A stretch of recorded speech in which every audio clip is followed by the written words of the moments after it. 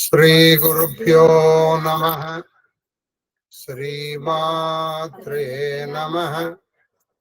శ్రీమహాగణాధిపతయే నమః. శ్రీవిష్ణురూపాయ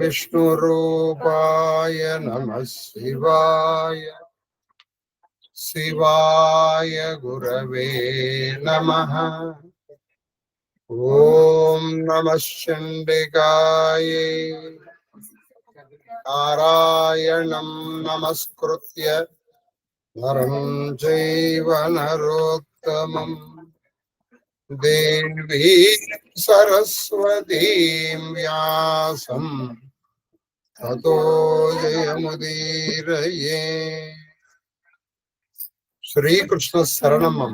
శ్రీకృష్ణ శరణమం. శ్రీకృష్ణ శరణం. మహాదేవ మహాదేవ మహాదేవ. శ్రీమదాంధ్ర మహాభారత ప్రవచన మహాయజ్ఞాంతర్భాగముగా 616వ రోజు ప్రవచనము. శ్రీమదాంధ్ర మహాభారతంలోని 14వ పర్వము, శాంతి సప్తకములోని తృతీయ పర్వమైన దానైనా వారికి ఏదో కావాలంటే తృతీయ పర్వమైనటువంటి అశ్వమేధ పర్వములో ప్రథమాశ్వాసము పేజీ నంబరు 53, పద్యము నంబరు 118వ పద్యం. ఈయన కృష్ణుడు ప్రారంభించాడు ధర్మరాజుకి చెప్పడం. ఇది అల్టిమేట్ అండి, ఫైనల్. ఇందాళ్ళు భీష్ముడు చెప్పడం అందరూ చెప్పారు. ఈ కృష్ణుడు మామూలుగా చెప్పలే, కొంచెం చివాట్లు పెడుతూనే చెప్పాడు. నీకు అసలు కర్మానుష్ఠానము నిర్మలముగా నీ చేత ఎప్పుడూ చేయబడలేదు అంటూ వృత్రాసుడి కథ ప్రారంభించి, వృత్రుడు ఈయనలోనే చేరాడు. వ్యాధులు 2 రకాలు, శారీరకము మానసిక.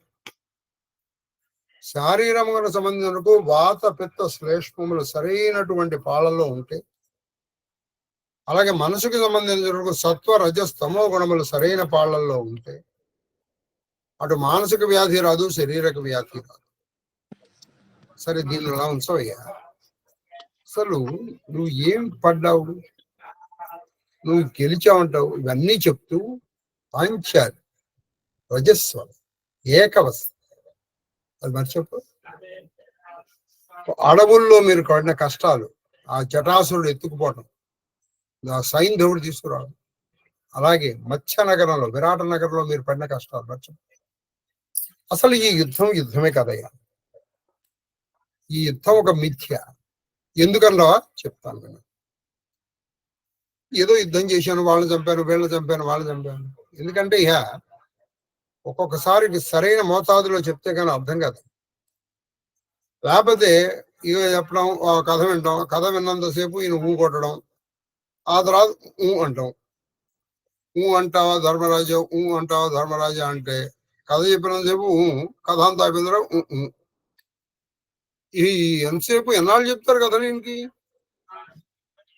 అందుకని చెప్పేసి ఈయనకి అసలు ప్రారంభించారు.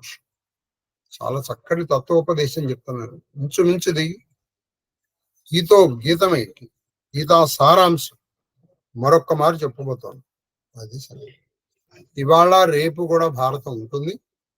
ఆ తర్వాత మళ్ళీ ఒక వారం రోజుల పాటు, అంటే మళ్ళీ ఆదివారం కూడా ఉండదు, ఆ సోమవారం నాడు అంటే పై సోమవారం కానీ మంగళవారం కానీ ఉంటుంది. అశ్వమేధ యాగానికి తలమానికమైన పద్యాలు బహుశా రావచ్చు ఇవాళ. అది చెప్పండమ్మా. వచనం దాని నెట్టు యుద్ధంబు కాదనేదంటే అది అసలు అది యుద్ధమే కాదయ్యా అన్నాడు. మరి ఇప్పుడు ఈ జరిగిన 18 రోజులు భారత యుద్ధం ఏంటి? అది దాన్ని యుద్ధము కాదంటుంది. అది యుద్ధమే కాదని ఎందుకన్నాను తెలుసా? అది మిథ్యాయుద్ధం. అది మిథ్యాయుద్ధం. మిథ్య అంటే అలా కనిపిస్తుంది కానీ నిజంగా అక్కడ ఏం ఉండదు. చూడండి, అందుకే బ్రహ్మ సత్యం జగన్మిథ్య. జగత్తు ఉన్నట్టుగా కనిపిస్తుంది, నిజానికి ఏమీ లేదు. మరి ఉన్నట్టుగా కనిపిస్తుంది అంటే మనం మాయలో ఉండడం అలవాటు పడిపోయాం. అలాగే మీరు సినిమాకి వెళ్ళండి, ఓ సినిమా ఫ్లడ్స్ వస్తాయి, అందరూ మునిగిపోతారు, ఆహాకారాలు పెడతారు. మీకు అక్కడ అవన్నీ కనిపిస్తున్నాయి. ఈ జగన్మిథ్యా బ్రహ్మ సత్యంలో అనేక ఇవి చెప్పారు. రజ్జు సర్ప భ్రాంతి అని. రజ్జు సర్ప భ్రాంతి అంటే మీరు ఓ పిల్లవాడు ఏదో ఆడుకుని ఓ తాడుని ఇలా ఇలా పెట్టి ఇలా వదిలేసి వెళ్ళిపోయాడు. రాత్రిపూట వస్తున్నారు, గబాలు మీకు కళ్ళు అక్కడ పడ్డాయి, అది పాములాగా ఉంది, అది తిరుగుతోంది, అది కదిలింది, రభుస్తుంది, మీకు వినపడ్డాయి కూడా, టమాట్లు పట్టిపోయింది. ఈ లోపల ఎవడో వచ్చాడు, ఏమైందే అన్నాడు. అవునండి, కళ్ళే చూశారు, తిరుగుతాడు. మరి ఇంతవరకు అది కదిలింది, బుస్సు వినిపించింది, మరి ఇప్పుడేమైపోయినాయి అవన్నీ? ఒక్కసారి అది సర్పం అనగానే ఇవన్నీ మాయమైపోతాయి. అలాగే నిజం తెలియగానే ఇవన్నీ మాయమైపోతాయి. మరి యుద్ధం మిథ్య అని ఎందుకు అంటున్నానంటే, అసలు జరిగింది యుద్ధమే కాదయ్యా. అసలు యుద్ధం నువ్వు చేయాల్సిందే తెలుసా, నీ మనస్సుతో, నీ సొంత శత్రువు. నువ్వు దాంతో యుద్ధం గెలవాలి. వాళ్ళెవరు దుర్యోధనాదులతో యుద్ధం? సత్యయుద్ధంబు ఆకర్ణింపు. సత్యయుద్ధం, అసలు సత్యం ఏడు తెలుసా? నేను చెప్తాను విన్నాను. కృష్ణుడు ఉత్పలమాల అమ్మేయి బంధుమిత్రుల సహాయత అమ్మేయి బంధుమిత్రుల సహాయత కల్మి ప్రయోజనంబు లేదు. ఆ విధంగా బంధుమిత్రుల సహాయంతో ఆ కల్మి, ఆ సంపదతో ప్రయోజనం ఏమీ లేదయ్యా. ఎందుకో తెలుసా? ఆ మహనీయ యుద్ధమునకు ఆత్మయత్తోడు. ఆ మహనీయ యుద్ధమునకు అసలు బంధుమిత్రుల సహాయం కాదు, నీ ఆత్మే నీకు తోడు. ఎందుకనంటే ఇప్పుడు ఇంత యుద్ధం ఎందుకు జరిగిందయ్యా చెప్పు? దుర్యోధనాదుల దురాశ ఉందట. మీకు రాజ్యాభిలాష, పగ, ప్రతీకార వాంఛ లేదంటావా? పగ, ప్రతీకార వాంఛ లేకుండానే మీరు యుద్ధం చేశారా? రాజ్యం అనుభవించాలనేటువంటి అభిలాష లేకుండానే యుద్ధం చేశారా మీరు? ఏంటి ఇప్పుడు వాణ్ణి చంపాను వీణ్ణి చంపానని ఏడుస్తావు నువ్వు? కడిగవతల పరిచయండి కృష్ణుడు. వాళ్ళకి ఎలాగో దురాశ ఉంది, అది బయటపడుతోంది. మీరు మీకు రావాల్సిన దానికోసం యుద్ధం చేశారు మీరు, కానీ ఉంది కదా అభిలాష, అయితే ఉంది కదా. కాబట్టి అసలు యుద్ధం ఏంటంటే ఆత్మయుద్ధం. నీ అంతఃశత్రువులను గెలవగలిగాను. మనంబు శత్రుడు, నీ శత్రువు నీ మనస్సు. నీ మనస్సే నీకు శత్రువు. ఈవు అమ్మేయినైనా ఆ విధంగా ఆ శత్రువుని గెలిచి ఆ శత్రువుని అదుపులో పెట్టుకుని శాంతిని పొందు. ఆయనతో గెలిచిన ఆ మనస్సు అనే శత్రువుని గెలిచిన యుద్ధమే యుద్ధం. ఆ గెలుపే గెలుపు. ఈ గెలుపే ఉందయ్యా, ఈ గెలుపే ఉంది. అందుకే ప్రహ్లాదుడు అంటాడు చూడు, క్షణములోన 3 లోకాలను గెలవగలిగావు, కానీ నీలో ఉన్న వాళ్ళని నువ్వు గెలవలేకపోయావు నాన్న. నిజానికి వాళ్ళని గెలిచిన వాడే అసలు విజయుడు. అసలు గెలవని వాడు విజయుడు ఎందుకు అవుతాడు? వాడు అది లోపగా తీర్పు ఎందు శాంతమ్ము సుమి మనోజయము దాన వెలుంగుము. మనోజయము దాన వెలుగు అంటే మనస్సును జయించి దాన వెలుగు. లోపగ తీర్పము, నీ లోపల ఒక పగ ఉంది, ఏమిటది? మనస్సు పీడించేస్తుంది. ఇప్పుడు నువ్వు పై పగ తీర్చుకున్నావు, ఇది వాళ్ళు ఏదో నిన్ను అవమానం చేశారని ఆ పగ తీర్చుకుని లోపగ మనస్సు నిన్ను ఆడించేస్తుంది. దాన్ని అదుపులో పెట్టి దాని మీద విజయం సాధించు, అప్పుడు నీకు వచ్చేటువంటిది శాంతి. నువ్వు చూడు, నువ్వు మనసును అదుపులో పెట్టుకోలేకపోతున్నావు. ఇంతమంది చెప్పారు, నీ మనసుని అధిలోకి రావట్లేదు. కాబట్టి నువ్వేదో యుద్ధంలో గెలిచాలనుకుంటున్నావు, గెలవలేదు, ఓడిపోతున్నావు. ధర్మరాజా, నువ్వు ఓడిపోతున్నావు, ప్రతి క్షణం ఓడిపోతున్నావు. నువ్వు ఎవరైతే బయట పగవాళ్ళు అనుకున్నావో వాళ్ళు యుద్ధంలో మరణించి వాళ్ళు గెలిచారు. ఓడిపోతున్నది నువ్వు, ఓడిపోయావు, ఓడిపోతున్నావు కూడా. చాలా తిరిగిపోయిందండి ఇంతో ఈ మాటలు, ఆఖరి మాటలు. ఈయన నిజంగానే ఇప్పుడు వ్యగ్రత, ఆ దుఃఖంతో పోయింది ఈ దెబ్బలకి. లేకపోతే బతిమాలు చెప్పుకున్నందుకు కొద్దీ అర్థం కాలేదు. ఇంకా అండి మరి మరి కర్ణుడు, మరి భీష్ముడు, మరి ద్రోణుడు అని ఏవో చెప్పుకుంటూ పోతున్నాడు. శాంత బుద్ధివై, శాంత బుద్ధివై. నువ్వు ఆయన్ని గెలవాలంటే నీకు మొదలు కావాల్సింది ఏంటి? బుద్ధి. ఆ బుద్ధి ఎలా ఉండాలి? శాంతంగా ఉండాలి. నువ్వు ఇప్పుడు శత్రువు మీద జయించేటప్పుడు నీకు కోపం ఉండాలి, కానీ మనస్సు మీద జయించేటప్పుడు నీకు శాంతి ఉండాలి. అసలు ఈ యుద్ధం చేయాలండి. కాబట్టి అసలు కౌరవ పాండవుల యుద్ధం అంటే ఏమిటంటే సంఘర్షణ. మంచి చెడులకు, మంచికి చెడుకు నిత్య ఘర్షణ. ఆ మంచి చెడు ఏంటది? ఈ కామ క్రోధ లోభ మద మోహ మాత్సర్యముల మీద శాంతి సత్వము చేసేటువంటి యుద్ధం అన్నమాట. కాబట్టి ఈ యుద్ధంలో ఎవరు జయము? శాంతి నువ్వు పొందాలి అంటే నువ్వు శాంతంగా ఉండాలి. ఇది అసలు యుద్ధం. అది మిథ్యాయుద్ధం, యుద్ధంలాగా కనిపించే యుద్ధం. ఇది అసలు యుద్ధం.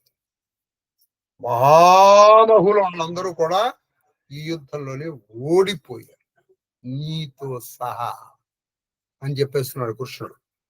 ఓడిపోయారు, ఓడిపోతున్నారు. లేకపోతే ఇంత నిర్వేదం ఎందుకు? వ్యాసుడు తప్పు చెప్తాడా? నాయనా నువ్వు తప్పు చేయట్లేదు. భీష్ముడు తప్పు చెప్తాడా? తప్పు చెప్పిన కొద్ది ఇంకా ఇంకా అని చెప్తుంటే ఇంకెన్ని కథలు చెప్పాలి నీకు అన్నట్టు. అంతరంబగు ఇక్కయ్యము, అది అంతరంబగు ఇక్కయ్యము. ఈ కయ్యము, ఈ యుద్ధం ఎక్కడ జరుగుతుంది అంటే లోపల జరుగుతుంది. అధిపా ఓ రాజా, గెలువక ఇట్లు ఏ గతి పోయేదో గెలువక ఎట్లు ఏ గతి పోయేదో ఎరుగా, దీని నీవ కనుగొని సద్బుద్ధి నిశ్చయ ప్రవీణుడవ కమ్ము. మాటలు వేయంటికి ఎందుకై వెయ్యి మాటలు? ఊరికే నేను 10 మాటలు చెప్పడం, నువ్వు 10 మాటలు చెప్పడం అని చెప్తూ చెప్పేస్తున్నావు. అసలు నువ్వేం చేస్తావు తెలుసా? చదువు. అంతరంబగు ఈ లోపల జరుగుతున్నటువంటి ఈ యుద్ధంలో గెలువక ఇట్లు నువ్వు లోపల జరుగుతున్నటువంటి యుద్ధంలో నువ్వు గెలవకుండా నువ్వు ఏ గతి పాలైపోతావో, దుర్గతి పాలవుతావు, సుగతి పాలవుతావు నాకు తెలియదు. ఎందుకని? యుద్ధం గెలిచావన్న సంతోషమే నీకు లేదు.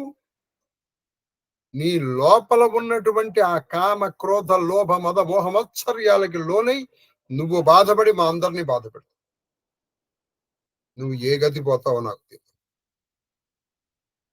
నేను ఒకటి చెప్పగలను, నీ యుద్ధంలో, ఈ మిథ్యా యుద్ధంలో మరణించిన వాళ్ళు సద్గతికి వెళ్ళిపోయారు. నువ్వు ఏ గతికి వెళ్తావో నాకు తెలియదు. పట్ అని చెప్పేసండి, ఈయన బతిమాలలేదు. నువ్వు ఏ గతి వాళ్ళదో నాకు తెలియదు. కానీ నీవ కనుగొని సద్బుద్ధి నిశ్చయ. అయితే ఒక్కడు మాత్రం చెప్తున్నాడు, నువ్వు కొంతట నువ్వు నిశ్చయమైనటువంటి బుద్ధితో, అంటే కదలని బుద్ధితో, అచలమైనటువంటితో ప్రవీణుడవు కమ్ము. ప్రవీణుడు కమ్ము అంటే ప్రొఫిషియన్సీ. యుద్ధంలో గెలవయ్యా నువ్వు. అసలు యుద్ధం ప్రారంభమైంది ఇప్పుడే. ఆ కామ క్రోధ లోభ మద మోహ మాత్సర్యాలు ఏమిటి? ఇంత ప్రేమ ఏంటి? ఎవరి మీద? చచ్చిపోయిన వాళ్ళ మీద. నువ్వు ఎంత ఏడిస్తే మాత్రం వాళ్ళు వస్తారయ్యా ఇప్పుడు? కాబట్టి యుద్ధంలో నువ్వు గెలవకుండా ఏ గతికి వెళ్ళిపోతావో నాకు తెలియదు. ఊరికే మాటలు వద్దు. నా మాటలు మీద తలుచుకుంటే నేను సూటిగా ఘాటుగా ఒకే మాట చెప్పేస్తాను. ఈ యుద్ధంలో నువ్వు గెలువు నిశ్చలమైనటువంటి బుద్ధితో. ఇప్పుడు నా మాటలంతా విని సరే కృష్ణ, మరి మా అభిమన్యుడు చచ్చిపోయాడే, ఇట్స్ అ ఫ్యాక్ట్. అందుకే జిడ్డు కృష్ణమూర్తి గారు లాంటి ఆయన ఫిలాసఫీ ఒకటే, లివ్ ఇన్ రియాలిటీ. మన బాధలన్నిటికీ కారణం అదండి. మనము వాస్తవంలో బతకము. వాస్తవంలో మనం బతకం. ఇది ఇలా అయ్యుంటే, అది అలా అయ్యుంటే, అలా అవ్వదండి. ఇది అలా అవ్వదు. ఇలా ఇప్పుడు అయ్యింది, ఇది కరెక్టు. ఇప్పుడు ఏం చెయ్యాలి? ప్రతి వాడు ఇలా ఆలోచించకుండా అసలు సమస్యలు ఉంటాయంటారా? ఇప్పుడు వచ్చింది ఈ సమస్య. నువ్వు అలా వెళ్ళావు, కబాల కాలు జారింది, కాలుకి ఏదో చిన్న ఇది ఏంటి ఆపరేషన్. నేను అలా వెళ్ళకుండా ఉంటేనా, నేను అలా వెళ్ళకుండా ఉంటేనా, నేను అని 10 సార్లు అనుకో. నువ్వు ఆ వెళ్ళకుండా ఉండడం అనేది అవుతుందా? అది అయిపోయింది. You cannot bring back the past. జరిగిందని నువ్వు మళ్ళీ తిరిగి తీసుకురాలేవు. ఇప్పుడు ఏం చేయాలి ఆలోచించు. మనలో చాలా మంది వీ లివ్ ఇన్ పాస్ట్. కొంతమంది వీ లివ్ ఇన్ ఫ్యూచర్. నేను ఇలా సంపాదించి, అలా కట్టుకుని, ఇలా చేసుకుని, ఇలా చేసుకుంటాను, ఇప్పుడు నిద్రపోతాను. కరెక్ట్ అయిన వాడు వర్తమానంలో బతకాలి. మనం దిస్ ఇస్ అ ఫ్యాక్ట్. ఇవాళకి నిజం. కాబట్టి ఎప్పుడు కూడా భవిష్యత్తులో బతకద్దు, గతాన్ని తవ్వుకోవద్దు. వర్తమానంలో నువ్వేం చేయాలో వచ్చా. ఇదే కృష్ణుడు చెప్పింది గీత. ఈ ఒక్క పద్యంజాలన్నీ మనం బుద్ధి తెచ్చుకొని మారిపోవాలంటే, ఎందుకంటే మెత్తని చెప్పుతూ కొట్టి అవతల పారేశారు కృష్ణుడు. మనకి సమరాజు కాదు. తర్వాత నెక్స్ట్ అని చెప్పి కౌంతేయాగ్రజునితో కృష్ణుడు వెండి ఇట్లా అది. ఇక్కడ నీకు ఒక మాట చెప్తాను వినండి. ఈ మాటలు నువ్వు గెలు యుద్ధంలో అని చెప్తూ నేను ఒక మాట చెప్తాను. 2 అక్షరములు మృత్యు, 3 అక్షరములు బ్రహ్మము. నీకు ఒక్కటే మాట చెప్తానే, అంటే మొత్తం భారత సారాంశం, గీతా సారాంశం, మొత్తం వేదాంత సారాంశం చెప్పేస్తున్నాను నేను. ఇది ఒక్కటి చాలు. ఇక రేపటి నుంచి మీరు ప్రవచనాలు వినక్కర్లేదు. ఏమిటయ్యా అంటే, మృత్యువు 2 అక్షరాలు, బ్రహ్మం అంటే శాశ్వతము, సత్యము, సత్ చిత్ ఆనందం, శాశ్వతము, శివము, శుభము, మంగళము, పరమము అయినటువంటిది బ్రహ్మం. అది 3 అక్షరాలు. మృత్యువు 2 అక్షరాలు. ఏమిటయ్యాది? మమ అంటే నాది, నేను, అయిపోయింది. ఇదే మృత్యు. తీసి అవతల పారేయాలి. అందుకే మనం ఏదన్నా దానం చేసినప్పుడు, ఇప్పుడు మనం ఏదన్నా ఒక ఉంగరం తీసి ఎవరికో ఇచ్చాం, దానం చేసాం. సంప్రదే నా ఇది నాది కాదు అనుకుని వెంటనే మళ్ళీ పెట్టేసుకోవాలి.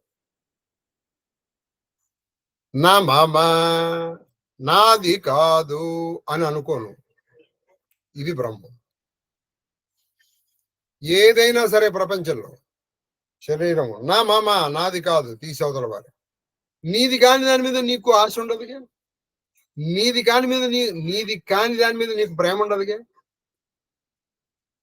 నీకు ప్రేమ, ఆసక్తి, ఆశ ఇవన్నీ ఇప్పుడు నాదే. అసలు నాదే కాకపోతే అదే కాదు, ఏం చెప్తాం? వదులుకో, వదులుకోవాలి. అది కాబట్టి మమ అనుకుంటే అది మృత్యు, 2 అక్షరాలు. నాది కాదు. ఇది ఏమిటిది? అది కాదు, తీసేవదలు. అది బ్రహ్మం. ఇది అండి చెప్పింది. చెప్పండి. ఏది అంటే 2 అక్షరాలు, ఈ 3 అక్షరాలు ఏమంటే వినుము, మమ అను అవియను, అవియను. మమ అనేది మృత్యువు. నమమ అంటే నాది కాదు, మమ అంటే నాది. ఊరికి అనటం కాదండి, ఇది అనటం కాదు, అనుభవంలోకి తెచ్చుకోవాలి, ఆచరణలో పెట్టాలి. అనుభవంలోకి తెచ్చుకోవాలి, ఆచరణలో పెట్టాలి. ఈ నమమ అనేది ఊరికే అంటాం కాదు. ఏమా ఇల్లు మీద అంటే ఏ ఇల్లు నాయనా, ఎవరిది ఇది అని ఊరికే అంటూ చూడు ఆ గోడ మీద ఏదో పోశారు, ఇల్లు ఏది కాదు, గోడ మీద ఏది పోస్తే నీకేంటే. మనలో కూడా మనం ఈ మిట్ల వేదాంతం మాట్లాడతాము. అది చెప్పము. భూతలంబు చేతం కానంబడక, అది భూతలం చేత కానంబడక ఆ బ్రహ్మ మృత్యువులు కోరుచు. బ్రహ్మ మృత్యువులు కోరుచు. ఈ భూతలంబు చేత కానంబడక అంటే ఈ భూమి మీద ఈ భూత రాశికి కనపడదు. ఏవి మమా కనపడదు, బ్రహ్మగమ్మ కనపడదు. భూమి మీద ఉన్న వాళ్ళకి నాది కనిపిస్తుందా? నేను కనిపిస్తాం. ఈ మమ నమమ కనిపించకుండా ప్రపంచాన్ని ఆడించేస్తుంది. అందులో మమ కందబడి తత్వం తత్వ మనశ్వర ఇది కందపద్యం.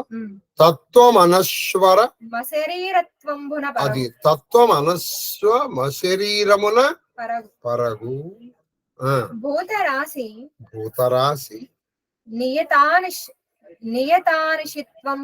నియతానిషిత్వంబు హింసకత్వము దాత్వికమై లేదు. దేహ దళమునను నృప ఓ రాజా, ఓ ధర్మరాజా, దేహ దళమున అంటే శరీరం అనేటువంటి దళము. దళము అంటే ఖండము. శరీర ఖండ భాగములో ఇప్పుడు చెప్తున్నారు. ఇప్పుడు ముందరకు వచ్చాయి. ఏమిటది? తత్వమనశ్వరము అశరీరిత్వము. తత్వం అనశ్వరము. అనశ్వరం అంటే అశ్వరము, స్వరము నశించేది. తత్వం అనశ్వరం. తత్వం అనేటువంటిది నశించదు.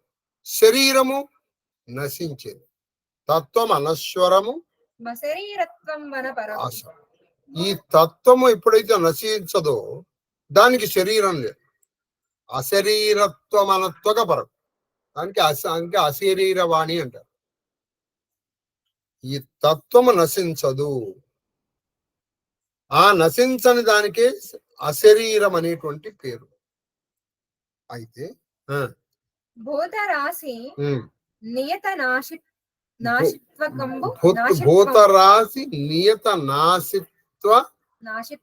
నాశిత్వంబు హింసకత్వం.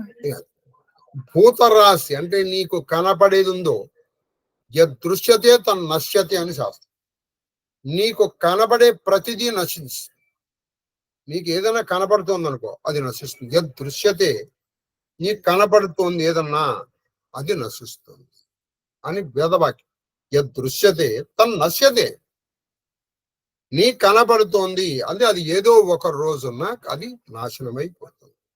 అందుకే భూతరాశి నియత నాశిత్వం అంటే ఖచ్చితంగా ఏదో ఒకటి రోజున కొన్ని ఇప్పుడు నీకు కనిపించేటువంటి అనేక జీవరాశుల్లో కొన్ని నిమిషాల్లోనే పుట్టి పెరిగి చచ్చిపోవచ్చు. కొన్ని గంటల్లో, కొన్ని రోజుల్లో, కొన్ని నెలల్లో, కొన్ని సంవత్సరాలు, కొన్ని దశాబ్దాల్లో, కొన్ని శతాబ్దాలు. కానీ అన్ని నాశనమైపోవలసిందే. ఏమిటిది? భూతరాశి అంటే కనిపించే స్థావర జంగమ మొత్తం కనపడే ప్రతిదీ నశించిపోతుంది. కనపడే ప్రతిదీ నశించిపోతుంది. అయినా నీకు ఏది నియతంగా దానికి భగవన్ నియమం ఏదో ఉంది. దాని టైం వచ్చినప్పుడు అది నాశనం అయిపోతుంది. నాశత్వం తాత్వికమై లేదు. తాత్వికమై లేదు దేహదళమున అంటే దేహం అనేటువంటి ఖండములో తాత్వికము అంటే శాశ్వతమై ఏదీ లేదు. ప్రతిదీ నశించిపోవలసిందే. కాబట్టి నువ్వు ఇవాళ చంపకపోతే వాడు రేపు చస్తాడు. నువ్వు వాళ్ళు శాశ్వతంగా ఉట్టి కట్టుకుని ఊరేగుతాడు అనుకుంటున్నావా? నువ్వు ఎవరెవరినైతే చంపాను అనుకుంటున్నావు వాళ్ళు శాశ్వతంగా ఉండిపోతారా? ఒక విధంగా వాళ్ళకు కూడా బోరు కొట్టేసింది ఈ శరీరం భరించి భరించి భరించి భరించి సహి వేసింది వాళ్ళకి. ఇప్పుడు పోతే బాగుండదు దరిద్రం. ఇప్పుడు ద్రోణుడి దగ్గరికి సప్తరుషులు వచ్చారు. ఏమిరా నాయన ద్రోణ, ఏమిట్రా యుద్ధం, ఇది ధర్మం కోసం చేస్తున్న యుద్ధం, నువ్వు మరీ అంత విజృంభించేస్తున్నావేంటి, నువ్వు ఎక్కడి నుంచి వచ్చావు, నువ్వు మహర్షివే, నువ్వు వెనక్కి రావా అని పిలిచారు వాళ్ళు. ఏది యుద్ధం వచ్చారో. ఎందుకని నేను అనవసరమైన పట్టుదలకు వెళ్ళిపోతే. కాబట్టి అదే భీష్ముడు కల కాదు, ఆయన స్వయంగా తెలుసు ఆయనకి. ఆయన కర్తవ్యం చేశాడు, పడిపోతాడని తెలుసు ఆయన, పడిపోవాలని కూడా తెలుసు, పడిపోతాడు అని తెలుసు, పడిపోవాలని ఉంది. తర్వాత కందపద్యం. శరధి పరివేష్టిత, అది శరధి పరివేష్టిత పరిపాలించినను దానిపై దృఢమమత్వం వరయక వర్తించిన పురుషుని దురితములు ఎట్లు పొందగ నేర్చును. ఒకటి ఇది ఇక్కడ 2 కాంట్రవర్షియల్ ఇష్యూస్ చెప్పాడు కృష్ణుడు. ఒక ఆయన ఉన్నాడు శరథి పరిపాలించాడు అంటే శరథి పరివేష్టిత పరిపాలనంతా పరిపాలించాడు. కానీ తనకి ఎప్పటికప్పుడు తెలుసు ఇది నాది కాదు, ఇది నాది కాదు, నేను. ఇప్పుడు మీకు ఎన్నోసార్లు ఎగ్జాంపుల్ చెప్పాను. ఒక నటుడు ఉన్నాడు, ఒక రాజుగా నటిస్తున్నాడు. ఆ రాజుగా నటించినప్పుడు ఇలా ఇలా కొట్టినప్పుడు చిత్తం అని కొంతమంది వస్తున్నారు. ఆ అనేటప్పుడు కూడా అతని కాన్షియస్ ఉంది, ఈ వేషం తీసేసిన వెంటనే నేను ఇలా కాదు, నేను పిలిచినా ఎవడు రాడు అన్న విషయం తెలుసు. అలాగే మనము కూడా ఈ వేషంలో వచ్చాం. నువ్వు వేషంలో చక్కగా జీవించు, కానీ దాంట్లో బతకద్దు. నువ్వు నిజమైంది అనుకున్నావు అనుకో, వాడు చూసి నిన్ను చూసి అసహించుకుంటారు జనాలు. నువ్వు నటిస్తే అందరూ చప్పట్లు కొడతారు, నువ్వు అందులో జీవించావు అనుకో అసహించుకుంటారు. ఇప్పుడు నటున్నాడు, వాడు బిచ్చగాడు, వాడు బయటకు వచ్చి కూడా అమ్మా అమ్మా అనుకున్నాడు, ఏ డ్రైవిడ్ ఎలా అంటారు, వాడిని పిచ్చివాడిగా చూడరు మీరు. అలాగే ఈ 4 సముద్రముల చేత చుట్టబడినటువంటి ఈ భూవలయమునన్నా పరిపాలిస్తున్నటువంటి వాడైనా సరే ఇదంతా నాది కాదు, నేను కేవలము నిమిత్త మాత్రుని, నేను నా కర్తవ్యం చేయడానికి వచ్చాను అని మనసులో ఉండి కర్తవ్యం చేస్తున్నాడు, పరిపాలన చేస్తున్నాడు, రక్షించవలసిన రక్షిస్తున్నాడు, శిక్షించవలసిన వాడిని శిక్షిస్తున్నాడు. ఎక్కడ పద్మపత్రమివాంభస, తమరాకు నీటి మీద ఎక్కడ సంగమం లేదు. అటువంటి వాడికి అసలు పాపాలు ఎలా అంటుతాయ్యా అన్నాడు కృష్ణుడు. కాబట్టి నువ్వు నీ కర్తవ్యాన్ని చేశావు, నువ్వు అక్కడ నేనున్నాను కదా. కృష్ణుడు అక్కడ ఉన్నప్పుడు అధర్మం చేయనిస్తాడు ఆయన. కాబట్టి ఇక్కడ ఈయన పరిపాలనలో నువ్వు చేసేదానికి నువ్వేమి అంటుకోవద్దు, నువ్వు అంటుకున్నావా నీకు పాపం. ఇప్పుడు ఇంకోడు ఉన్నాడు, ఇప్పుడు నెక్స్ట్ పద్యం అదనమాట. వాడు వనాలకు వెళ్ళిపోయాడు, కందమూలాలు తింటున్నాడు, అక్కడ తింటున్నాడు. కానీ వాడికి ఆ మమత్వం బోలా. ఏంటి నా వచ్చేది అంటున్నాడు, అడుక్కునే వచ్చాడు. నాది అనేది పోలేదు. అడవుల్లో ఉంటే మాత్రం లాభం ఏమిటయ్యా. ఈయన రాజభోగాలు అనిపిస్తున్నాడు, కానీ ఇది నాది కాదు, ఇది నాది కాదు, ఇది నాది కాదు, నేను కొంతవరకే అని ఉంది. ఈయనకి పాపాలు అంటారు. అడవుల్లో ఉన్నాడు, వాడు కందమూలాలు తింటున్నాడు, కానీ అది నాకు కావాలి, ఇది నాకు కావాలి, ఇది కావాలి, ఇది కావాలని ఉంది. వాడికి అన్ని పాపాలు అంటారు. కాబట్టి నువ్వు ఎక్కడ ఉన్నావన్నది కాదు ముఖ్యం, నువ్వు ఎన్ని క్షేత్రాలు ఎన్ని తీర్థయాత్రలు చేసావని కాదు ముఖ్యం, నీలో పరివర్తన వచ్చిందా రాలేదు అనవసరము. హాయిగా ఇంట్లో కూర్చో. యాత్రకి ప్రవచనానికి మనలో మార్పు రావాలి. అలా రాకపోతే ఊరికే ఇవన్నీ దండగా. అలాగే ఏమయ్య మీరు అరణ్యవాసం ఉన్నారు, అరణ్యవాసంలో ఏం నేర్చుకున్నారు మీరు అసలు అని ఒక చిన్న శృతి మెత్తని హెచ్చరిక కూడా ఉంది అందులో. నువ్వు అరణ్యవాసంలో ఏమైనా నేర్చుకున్నావా? మరి అరణ్యవాసానికి అలవాటు పడి నీ అరణ్యానికి వెళ్తానంటావు. అరణ్యానికి వెళ్తే నీ పాపాలు పోతాయా? అదే నువ్వు ఇక్కడ ఉండి ఇది నాది కాదు, నేను ఇప్పుడు బాధ్యతను నిర్వర్తించు, నాది కాదనే భావన పెట్టుకుని నీ కర్తవ్యాన్ని నువ్వు నిర్వర్తించుకుని నీకు పాపాలు రావు. నువ్వు అడవులకు వెళ్ళిపోతే నీకు వస్తాయి అని ఇప్పుడు ఇందాక అడిగాను వేదవ్యాసుడు, మీరు నాకు పర్మిషన్ ఇస్తే నేను అడవులకు వెళ్ళిపోతాను, అలా వెళ్ళిపోతే గానీ నాకు భీష్ముడిని కర్ణుడిని చంపిన పాపం పోదు. పోతా అంటే పోతే నీ పాపాలు పోతాయండి. ముందర నువ్వు పోతే నువ్వు అంతఃశత్రువుల్ని గెలిచి అక్కడికి వెళ్ళక్కల. ఆయన చెప్తాడు, ఇప్పుడు మమత్వం వదలకుండా నువ్వు అడవులకు వెళ్ళటం వల్ల ప్రయోజనం. మమత్వం వదిలేసి అతను అడవులకు వెళ్ళాల్సిన అవసరమే లేదు. ఇది నాది కాదు, నువ్వు నిమిత్త మాత్రం అనుకో. ఊరికి అనుకోవడం కాదు, అది నిజంగా ఆచరణలోకి తెచ్చుకో. నీకు దేనితోనూ సంగమం లేదు, సంగమము లేదు, వియోగము లేదు. ఇది ఒక్కటి ఈ కృష్ణుడు చెప్పే ఫిలాసఫీ మాట ఇవ్వాడు. వాళ్ళు చెప్పారు కాబట్టి ఇప్పుడు ఈయన చాలా అబ్రిడ్జ్డ్ గా చెప్పేస్తున్నాను. ఇవి ఈయనకి బాగా తగులుతున్నాయి. ధర్మరాజు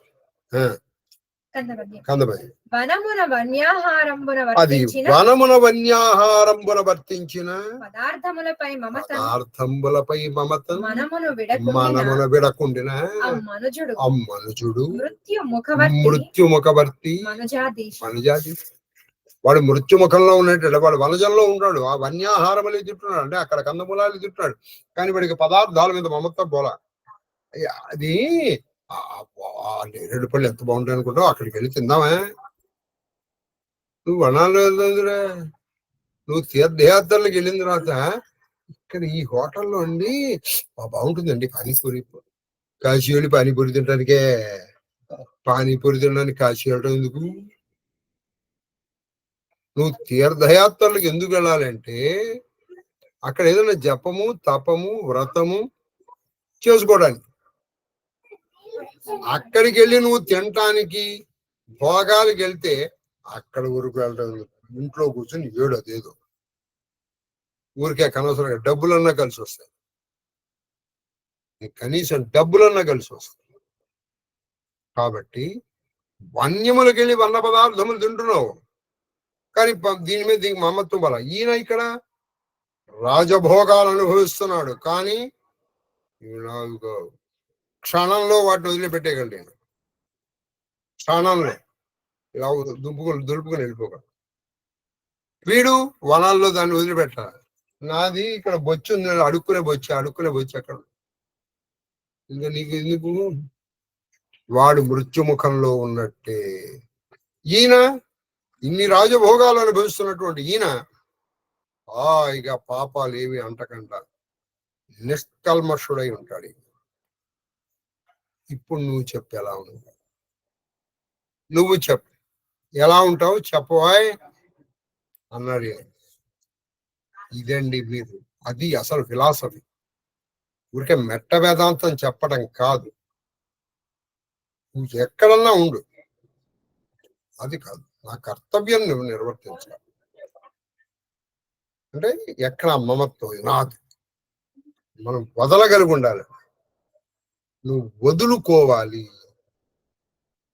ఇస్తే నీకు వస్తుంది. అన్ని పట్టుకుంటే పాకుడు పట్టిపోతావు, అంతే కదండి. ఇప్పుడు పట్టుకుంటే ఏం జరుగుతుంది? పాకుడు పట్టు. ఇప్పుడు ఎప్పుడు నీళ్లు కదిలే నీటిలో పాకుడు పట్టదు. స్టాగ్నేటెడ్ వాటర్లోనే పాపం నీళ్లు పడదు. అలాగే మనకు అంతే, ఇచ్చుకుంటూ వెళ్ళిపో. వచ్చింది రా, ఇవాళ ఎంత వచ్చింది, వంద తీసేయిచ్చే. రేపటి గురించి నువ్వు ఆలోచించవద్దు. అసలు రేపటి నువ్వు ఉంటావని గ్యారంటీ ఉంది.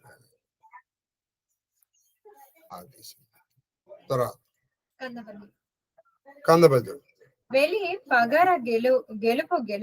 అది వెలి పగర గెలుపు గెలిపే చెప్పాడు. వెలి బయట ఉన్నటువంటి నీ శత్రువుల్ని గెలిచావే, అది గెలుప.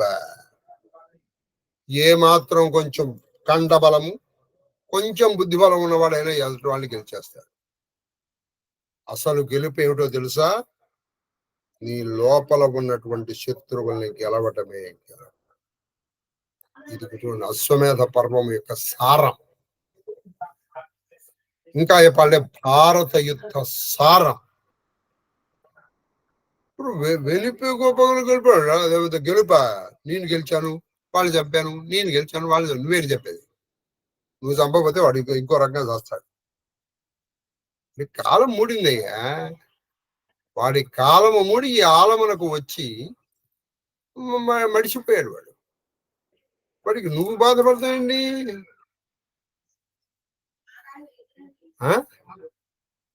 కాబట్టి వెలి పగరుల అంటే బయట ఉన్నటువంటి శత్రువుల్ని గెలవడం కూడా గెలవడమే. అలఘుమతిన్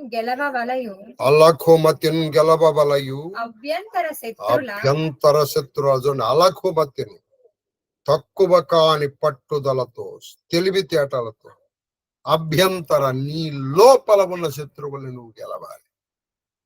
అది అసలు గెలుపు. ఆ కామ క్రోధ లోప మద మోహ మత్సర్యాల్ని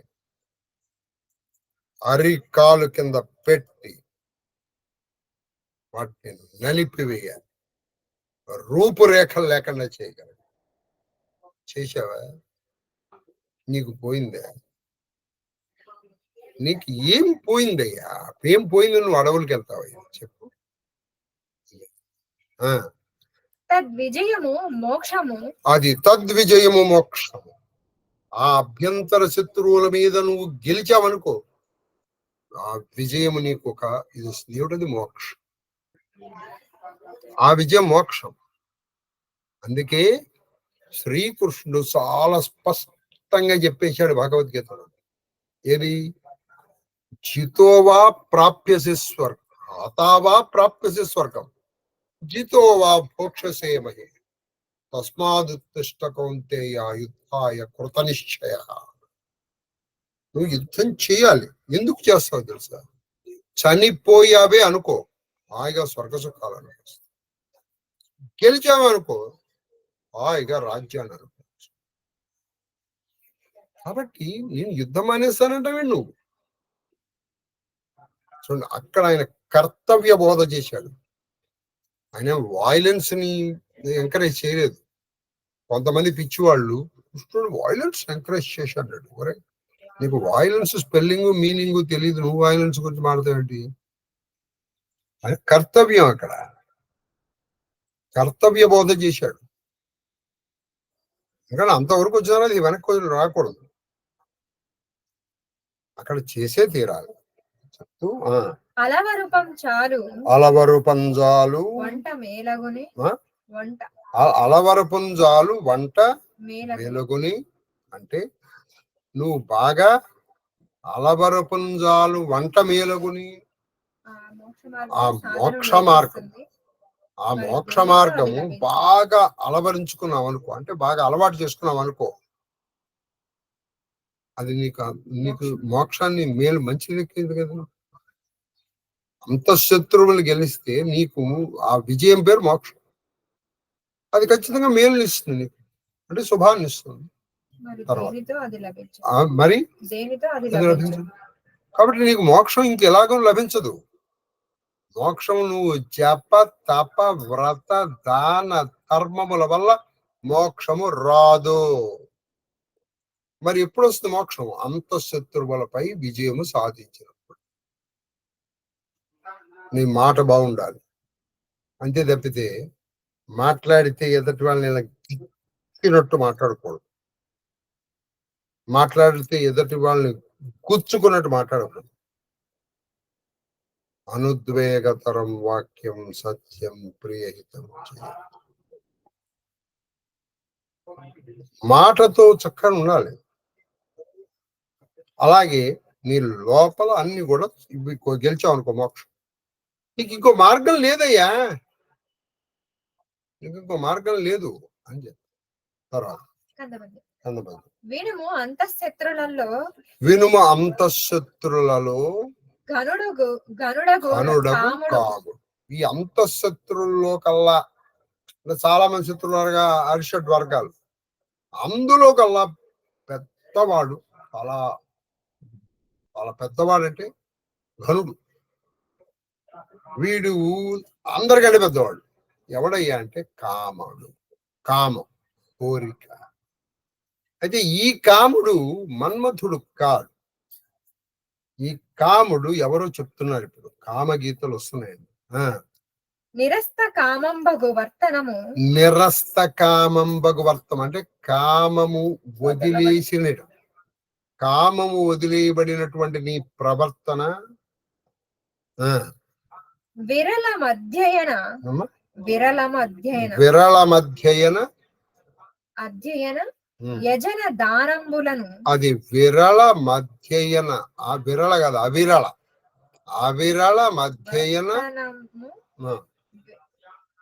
విరళము అరుదు. విరళ విరళ మధ్యయన దాన యజన దానంబులను. కామ సహితములు కదా. కామ సహితములు కదా. కామంలో అన్నిటికంటే గుణం. కామం లేకుండా నువ్వు ఏ పని చేయవు. ఎందుకని? ఇప్పుడు యజనం, నువ్వు ఏదైనా జపం చేస్తావు ఎందుకు? లేదా నువ్వు ఏదైనా పూజ చేసుకున్నావు ఎందుకు? వెంటనే మనం చెప్తున్నాం ఏమని? అర్థం అర్థం అర్థం అర్థం అని. ఇది క్షేమ స్థైర్య విజయ ధైర్య ఐశ్వర్య ఆరోగ్య అభివృద్ధి అర్థం. నీకు ఇన్ని కోరికలు ఉన్నాయి అక్కడ. ఇక కొంతమంది కోరికలు చెప్తూ ఉంటారు నాయన. అసలు భగవంతుడి ప్రీత్యర్థం అని కూడా అనొద్దన్నారు. భగవంతుడు ప్రీతి కోసం. ప్రీతి కోసం అంటే ఆయన సంతోషపడాలనే కోరిక ఉందిగా నీకు. కోరికను వదిలేయడం చాలా కష్టం అండి. ఇప్పుడు పోనీ మమ్మ దురితక్ష, మా పాపాలు పోవటం కోసం ఎందుకు చేస్తున్నావు? పాపాలు పోవాలనే కోరిక ఉంది. కానీ నువ్వు ఒక ధర్మం చేస్తున్నావు, ఒక దానం చేస్తున్నావు, ఒక యజనము, ఒక పూజ జపం వ్రతం చేస్తున్నావు. ఇవన్నీ కూడా కామసహితము లేక, కామము లేకుండా ఏమైనా చేస్తున్నావా? ఇప్పుడు నువ్వు సార్ నాకు ఏ కోరిక లేదు సార్, మోక్షం వస్తే సార్. మోక్షం కావాలనే కోరిక ఉంది కానీ. అందుకే 18వ అధ్యాయం భగవద్గీతలో మోక్ష సన్యాస యోగం. మోక్షాన్ని కూడా వదిలిపారే. మోక్షము నువ్వు కోరుకున్నావా? మోక్షం వస్తుందో రాదో తెలియదు కానీ మోక్షం కావాలనే కోరిక, ఆ కాముడు వస్తాడు నీ దగ్గరికి. కాముణ్ణి జయిస్తే గాని, కామ విజయం కాముణ్ణి జయిస్తే గాని నీకు ఆ మోక్షం రాదు. మోక్షం కావాలనుకుంటే ముందర వచ్చేది కాముడు. కాబట్టి మోక్షం దానంతరం అది రావాలి.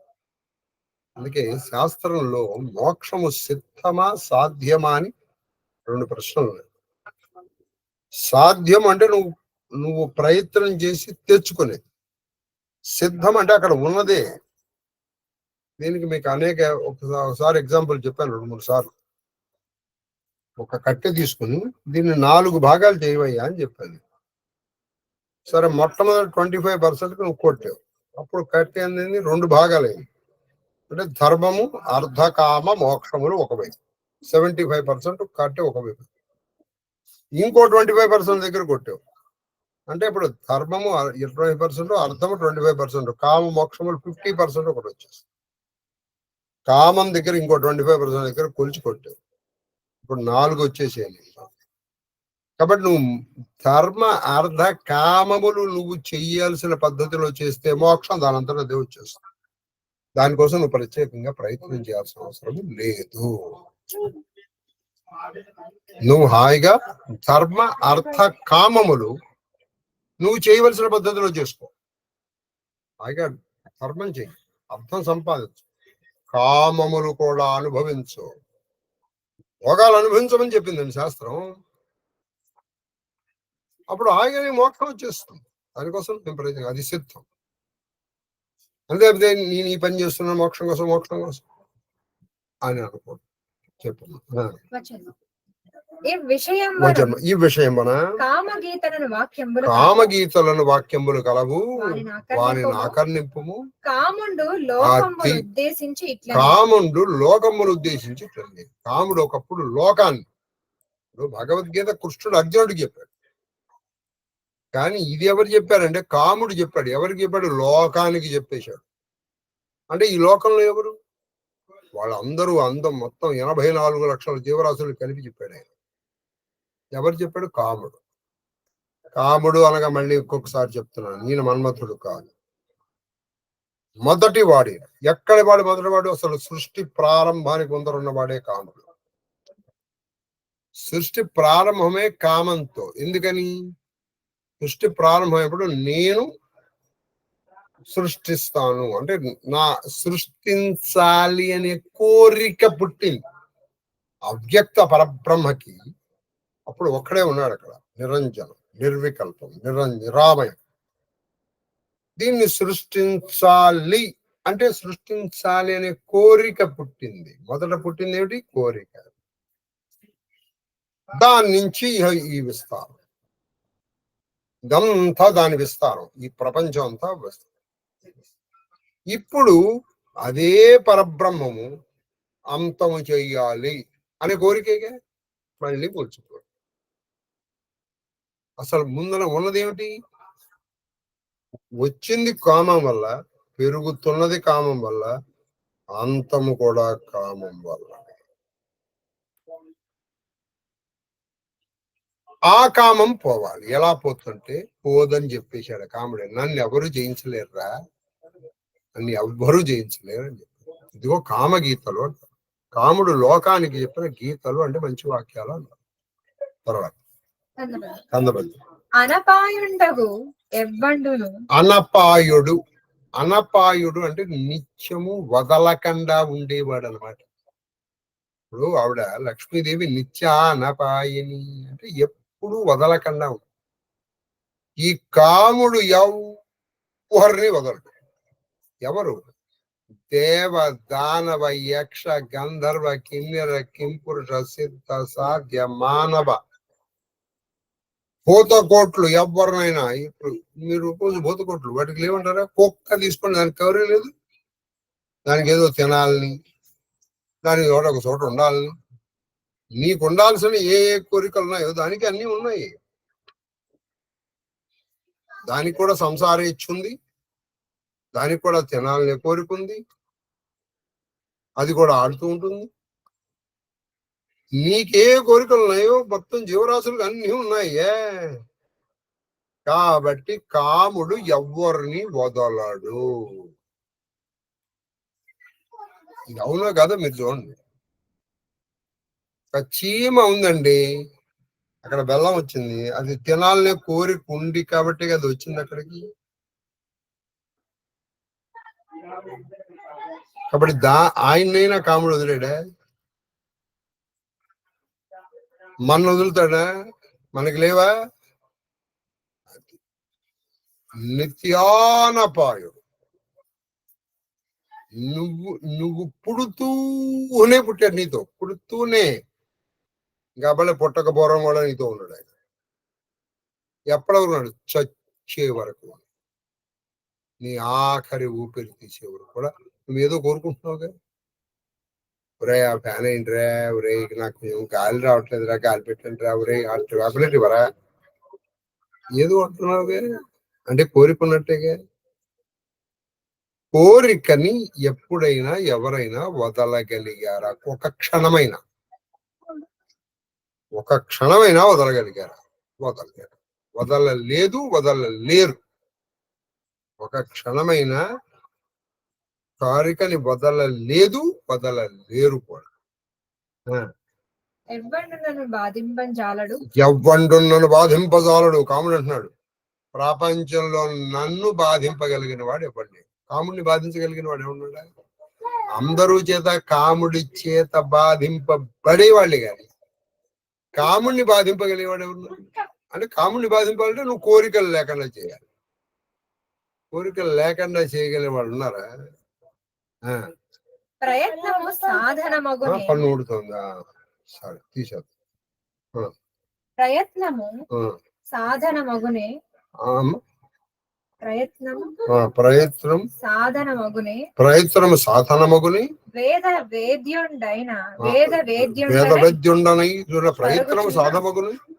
అంటే వాడి ప్రయత్నం చేశాడు అనుకో, నన్ను పోగొట్టగలుగుతాడా, అంటే నా మీద విజయం, నన్ను దూరం చేయగలుగుతాడా? లేదు. పైగా నేను ఎవరిని, వేద వేద్యుణ్ణి అన్నాడు ఆయన, చెప్పుకున్నాడు. అంటే వేదములతో చెప్పబడినటువంటి వాణ్ణి.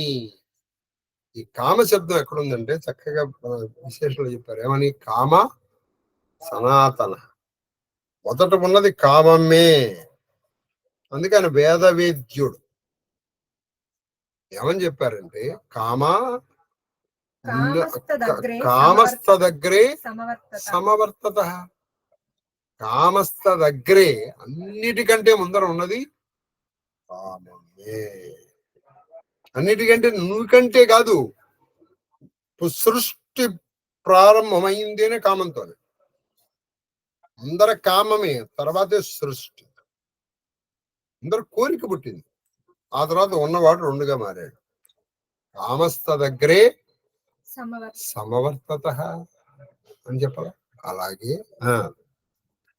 ప్రయత్నము సాధనమగునే వేద వేద్యుడనై పరుగుచున్న నా ఎడను విహతికినై. అంటే వేద వేద్యుడిగా వెలిగిపోతున్నటువంటి నన్ను వదిలిపెట్టి ఎవడైనా ఉండగలడా? ఉన్నాడా? రాముడు తన గురించి అని చెప్పుకున్నాడు. ఎవడు లేడు. తపస్సు చేశారు. ఎందుకు చేశారు? మోక్షం లేదా పరలోక ప్రాప్తి. అందరూ కోరిక ఉంది. నేను తపస్సు చేయాలి, కోరికుందిగా. అసలు అన్నిటికంటే ముందర ఉన్నది కోరికే. అన్నిటికంటే ముందర ఉన్నది కోరికే. తర్వాత సోకామయత బహుశ్యా. అంటే అప్పుడు ఆ పరబ్రహ్మాందుకి సోకామయత బహుశ్యాం. సోకామయత బహుశ్య ప్రజాయితే. నేనే అనేకము అవుతాను అనుకుందట. ఎవరు? ఆ పరంజ్యోతి, నిష్కళం, నిరంజన, నిర్గుణమైనటువంటి పరబ్రహ్మ. ఎప్పుడైతే ఈ కోరిక కలిగిందో దానికి నెమ్మదిగా సగుణ సాకార రూపాలు రావడం ప్రారంభించాయి. అంటే మహత్తు. ఇక్కడి నుంచి ఈ సృష్టి విలసనం గురించి అనేక మార్లు మనం చెప్పుకున్నాం. ఏమిటి? మహత్తు, అహంకారము, ఆకాశము, వాయు, అగ్ని, ఆప, పృథివి, ఈ తన్మాత్రలు, ఆ తర్వాత మనకి మంచి జ్ఞానేంద్రియాలు, కర్మేంద్రియాలు, ఇవన్నీ వచ్చేసాయి. దీనికి అందరికి అసలు కారణం ఏంటి? సోకామయత, నాకు కోరిక కలిగింది. ఏమిటి? బహుశ్యాం, అనేక రూపాలు నేను ధరించాలని ఉంది. కాబట్టి అసలు సృష్టి ప్రారంభమైంది కోరికతో కదా. ఎప్పుడైతే నీ కోరిక లేదో అసలు సృష్టి లేదు. తర్వాత కందపద్యం. ధృతినెవ్వడు నన్ను ప్రవిహతు చేయగ చూచు. అది ధృతి, నన్నెవ్వడు ప్రవిహితు చేయగ చూచు. భావమగుదు అతనికి నేను. భావమగుదు అతనికి నేను. అతడది ఎరుగడు. విచిత్రుడు. ఎవడైనా ధృతితో, పట్టుదలతో నేను కామాన్ని ఘోషావతల పారేస్తాను అని అన్నాడు అనుకో, అని కూర్చున్నాడు వాడు తపస్సు. నాకు కోరిక లేదు, నాకు కోరిక అసలు కోరికలు కోరుకోను.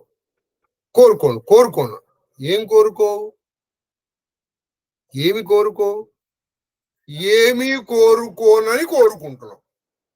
అంటే ఆయన భావంలో వీడు దూరిపాడు. అది వాడు గమనించు. విచిత్రం. నేనేమీ కోరుకోనండి. అంటే నీకు కోరిక ఉంది. ఏమిటా కోరిక? ఏమీ కోరుకోకూడదనే కోరిక ఉంది. ఇప్పుడు చెప్పండి, కామాన్ని మనం వదలగలమా? ఏమీ కోరుకోకూడదు అనేటువంటి ధృతితో ఉన్నప్పుడు వాడి భావంలో నేను చేరిపోతాను. అది వాడికి తెలియదు. నేను ఏమీ కోరుకోవట్లేదండి. కోరుకోను. ఆ, అతడది ఎరుగడు కాన అతడది ఎరుగడు, వాడికి తెలియదు నేను వాడి భావనలో కాన విహతి బొంకై పోవగా అమ్మ విహతి విహతి బొంకై పోవగా విహతి బొంకై పోవగా జయము లేకుండా జయము లేదు. కాబట్టి వాడు నన్నేదో ప్రవిహితుండి చేద్దామని, అంటే నన్ను పోగొట్టి నన్ను దెబ్బ కొడదాం అనుకుంటున్నాడు. అది బొంకైపోతుంది, అది అబద్ధం అయిపోతుంది. జయము లేకుండా జయము వాడికి జయము రాదు. వాడు నన్ను దెబ్బ కొడదామని కూర్చున్నాడు, కానీ నేను వాడి భావాల్లో చేరిపోతాను, అది వాడికి తెలియదు. చాలా మందిలో ఈ అహంకారం ఉంటుంది, వాళ్ళకి అహంకారం ఉందన్న విషయం కూడా వాళ్ళకి తెలియదు. చాలా భయంకరమైన అహంకారం అనేది సాత్విక అహంకారం. సాత్విక అహంకారం ఇప్పుడు ఇదే ధర్మరాజు, ఇన్ని నీతులు విన్న ధర్మరాజుకి ఎంత సాత్విక అహంకారం వస్తుందో ఇప్పుడు మీరు చూస్తారు. ఇప్పుడంటే ఇవాళ చూడకపోవచ్చు, కానీ ఈ అశ్వమేధ పర్వంలోనే చూస్తారు. అశ్వమేధ పర్వంలో ఉన్నటువంటి అశ్వాసాలు అయిపోయే లోపల మీరు చూస్తారు. కాబట్టి సాత్విక అహంకారం ఉన్నది, అది చాలా భయంకరం. ఒక విధంగా రాజస అహంకారం తెలిసిపోతుంది, వాడు అహంభావిరాలి. ఈ సాత్వికంగా చాలా ఒడబడి ఉన్నట్టుంటాడు, వాడు లోపల మండిపోతూ ఉంటుంది అగ్నిగోడ. అది ఎప్పుడు బరస్ట్ అవుతుందో మనకి. అందుకని ఎప్పుడు కోపంగా ఉన్నవాడిని చూసామనుకో, వాడిని దూరంగా మనం ఉంటాం, మనకు దూరంగా వాడు ఉంటాడు, దరిద్రం వెళ్ళిపోతుంది. తర్వాత కందపద్యం. నన్ను తపమున ప్రహరించదనని అది నన్ను తపమున ప్రహరించదనని ఎవ్వడు తొడగు. ఈ మాటలు ఎవరు చెప్తున్నారు గుర్తుందిగా? కాముడు చెప్తున్నాడు. కామగీతలు అంటారు, కామగీతలు అన్నాడు. నన్ను తపమున ప్రహరించదనని ఎవ్వడు తొడగు, అతనికి ఆ తపంబు ఫలంబున దశ నేను కోరికల్ని జయిస్తానని తపస్సులో కూర్చున్నాను. దేవుడు లోపల ఏం నాయనా ఏం కావాలి, నా కోరికలు లేకుండా చేయాలి. అంటే ఈ తప ఫలముగా వీళ్ళలోనే పుడతాడు ఆయన. తపో ఫలంగా ఆయనే పుట్టేస్తాడు. ఆయన ఏం కావాలి అంటే, ఏమి నీ కోరిక? నా కోరికలు ఉండకూడదు అనే కోరిక ఉంది. కాబట్టి కోరికలు ఉండకుండా అనే భావనలో ఈయన పుట్టేశాడు. ఇంకా వీడు గెలిచింది ఉంది, ఏం గెలిచాడు చెప్పండి? ఇన్నాళ్ళు తపస్సు వృధా అయిపోలే. అయితే కృష్ణుడు ఈ కామాన్ని గెలిచే మార్గాన్ని చెప్తాడు, కానీ అది చాలా అసంభవం కాదు, కానీ చాలా కష్టం. అది చెరుపగ వశమే ఎవ్వనికి నన్ను చెరుపగా అంటే నన్ను సమూలంగా నాశనం చేయడానికి, నన్ను గెలవడానికి ప్రపంచంలో ఎవరికి సాధ్యమయ్యా? ఎవడు నన్ను గెలవగలడు నాయనా అని కాముడు మొత్తం పూత రాసినలా ఉద్దేశించి చెప్తున్నాడు ఆయన. కోరికని గెలవాడు ఎవడైనా ఉన్నాడా? అంటే కామక్రోధ లోభ మద మోహ మాత్సర్యాలు మీరు మిగతా వాటిని కొంతవరకు గెలవచ్చు. ఇప్పుడు క్రోధము గెలవచ్చు, కోపం వచ్చింది అనుకో, కోపం రాకుండా నెమ్మదిగా ప్రాక్టీస్ చేస్తాం. కానీ కామం ఉంది చూసారా, అసలు దాన్ని గెలుద్దాం అని అనుకుంటే అది కోరిక అయిపోతుంది. మరి అసలు దీన్ని గెలిచేది ఎట్లా? కందపద్యం. నన్ను మోక్షమోది చెరిచెదనని ఎవ్వడు తలచు, నన్ను మోక్షమోది చరితేదనని ఎవ్వడు తెలుసు. అంటే నేను మోక్షం సంపాదిస్తాను సార్, నేను భగవంతుల్లో ఐక్యమైపోతాను, తద్వారా నేను కోరికల మీద చేయిస్తాను, కాముణ్ణి చేయిస్తాను. ఎవరు అనుకుంటారు? వాని ఎందే వాడి లోపలే మోక్షార్థన అంటే మోక్షము కావాలని కోరిక గాని పుట్టేస్తాం. మోక్షార్థనమై ఉనికి అవధ్యుడా నన్నెవ్వరు వధించలేరు. అవధ్యుడా సనాతనుడు అంటే మొట్టమొదటి నాటి ఒకడు చాలు. అంటే నన్ను తోసేది ఒక్కడు, నన్ను తోసేయగలిగిన వాడు ఇంతవరకు పుట్టలేదు. దేవతల్లో కావచ్చు, మనుషుల్లో కావచ్చు, రాక్షసుల్లో, తదితర ఏ జాతిలో కావచ్చు, కామాన్ని జయించగలిగిన వాడు పుట్టాడు. మోక్షము కావాలి అని అనుకుంటే వీడికి మోక్షార్థినై నేను వాళ్ళు పుట్టించాను. ఇంకా వాడి బంధు నన్ను ఏం చేయించాడు? వాడు కోరికతోనే కదా వాడు వచ్చింది. ఏం కోరిక అంటే మోక్షం కావాలి. అది తర్వాత అని ఈ విధమున కాముడు తను చెరపగరామి చెప్పు తలం పొందిన చెప్పిన భంగి. కాముడు ఈ విధంగా తన్ని ఎవడు చెరపలేడు, అంటే గెలవలేడు, తన్నెవరు ఓడించలేడు అనేటువంటి చెప్పిన విధానం చెప్పి ఎవరు? కృష్ణుడు ధర్మరాజుకి చెప్పిన భంగి తలం పొందిన ఎదను తోచను వినుము అవధానమున పాండవేయ ప్రవర. పాండవేయుల్లో ప్రసిద్ధుడమైనటువంటి ఓ ధర్మరాజే, చాలా శ్రద్ధగా విను. నాకు ఇప్పుడే ఒక ఆలోచన వచ్చిందన్నాడు కృష్ణుడు. కాముణ్ణి తన్నెవరు చెరపలేరు, అంటే తన్నెవరు ఓడించలేరు. ద ఫైనల్ విక్టరీ ఎప్పుడు కూడా కాముడే అని కాముడు చెప్పాడని చెబుతూ ఉండంగా కృష్ణుడికి ఒక ఆలోచన వచ్చింది. ఎవరికి? ధర్మరాజు. ఏమిటంటే అది చంపకమాల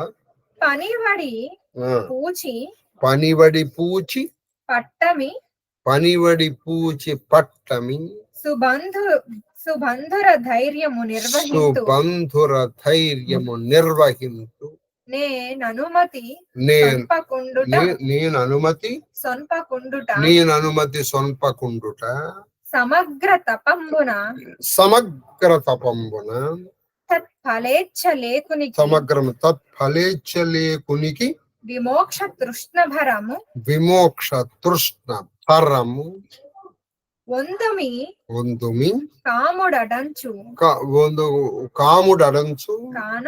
కాముడడంచు కాన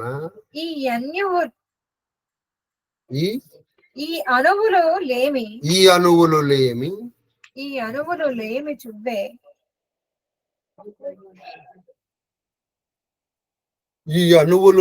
చువ్వే అనపాయతగా అతడాడే భూవరా.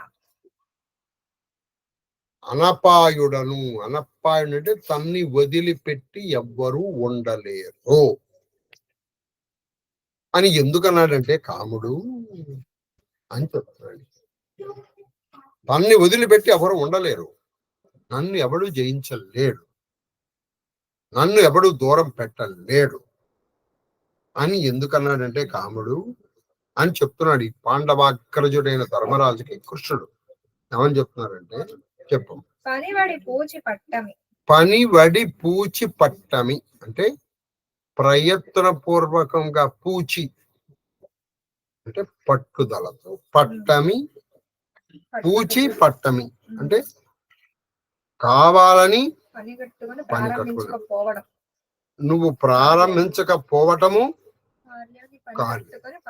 అంటే నువ్వు ఒక కార్యాన్ని ప్రారంభించలేదు అంటే ప్రారంభించకూడదు అనే కోరిక నీలో ఉంది.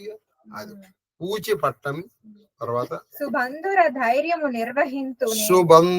ధైర్యము నిర్వహింతు ఏనను మతి స్వల్పం అంటే సుబంధుర అంటే మంచి బంధువులు, మిత్రులు సుబంధుర ధైర్యము అంటే బంధువులతో, మంచి బంధువులతోనూ మిత్రులతోనూ వృత్తి పట్టుదలతో నేను నిర్వహిస్తాను, ఏ పన్నైనా చేయగలను. సొంపు ఏ పన్నైనా నేను చెయ్యగలను అనేటువంటి సొంపకుండుట అంటే నేను ఏ పనినైనా చేయడంలో స్థిరమైన నిశ్చలమైన బుద్ధి లేకుండా ఉండడం. తత్ఫలేచ్ఛ అంటే ఈ పని వల్ల వచ్చేటువంటి ఫలము పట్ల నీకు ఆసక్తి లేకుండా ఉండటం. లేకునికి లేకుని విమోక్ష తృష్ణభరం ఉందమి. విమోక్ష తృష్ణభరమి అంటే విమోక్షము, పక్కన మోక్షం అనేటువంటి తృష్ణ. తృష్ణ అంటే దాహం లేకుండా, అంటే మోక్షం అనేటువంటి దాహం లేకుండా ఉండటం.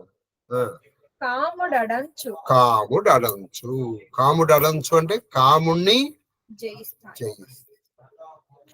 నువ్వు కాముణ్ణి జయించడానికి ఏమేం మార్గాలో ఈయన చెప్పాడు. ఒకటి ఏంటంటే పనివడి పూచి పట్టాలి, అంటే ప్రయత్నపూర్వకంగా నేను ఇది సాధిస్తాను.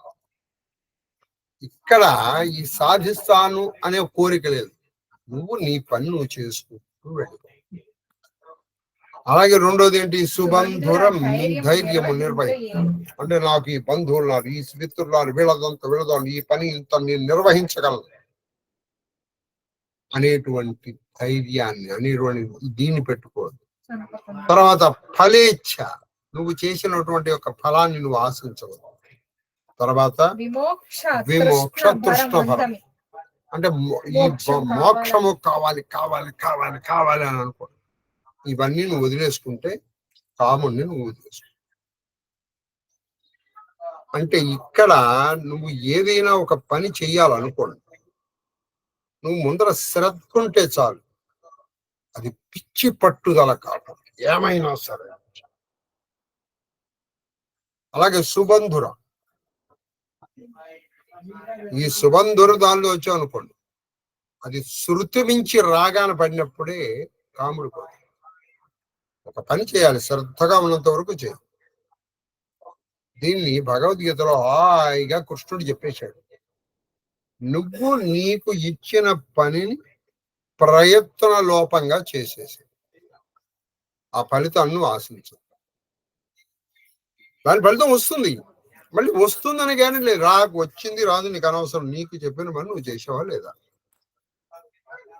కానీ ఇప్పుడు చాలా మంది ఏమైపోయారంటే అండి, ఈ రిజల్ట్ ఓరియంటేషన్ వచ్చి బాగా వచ్చింది.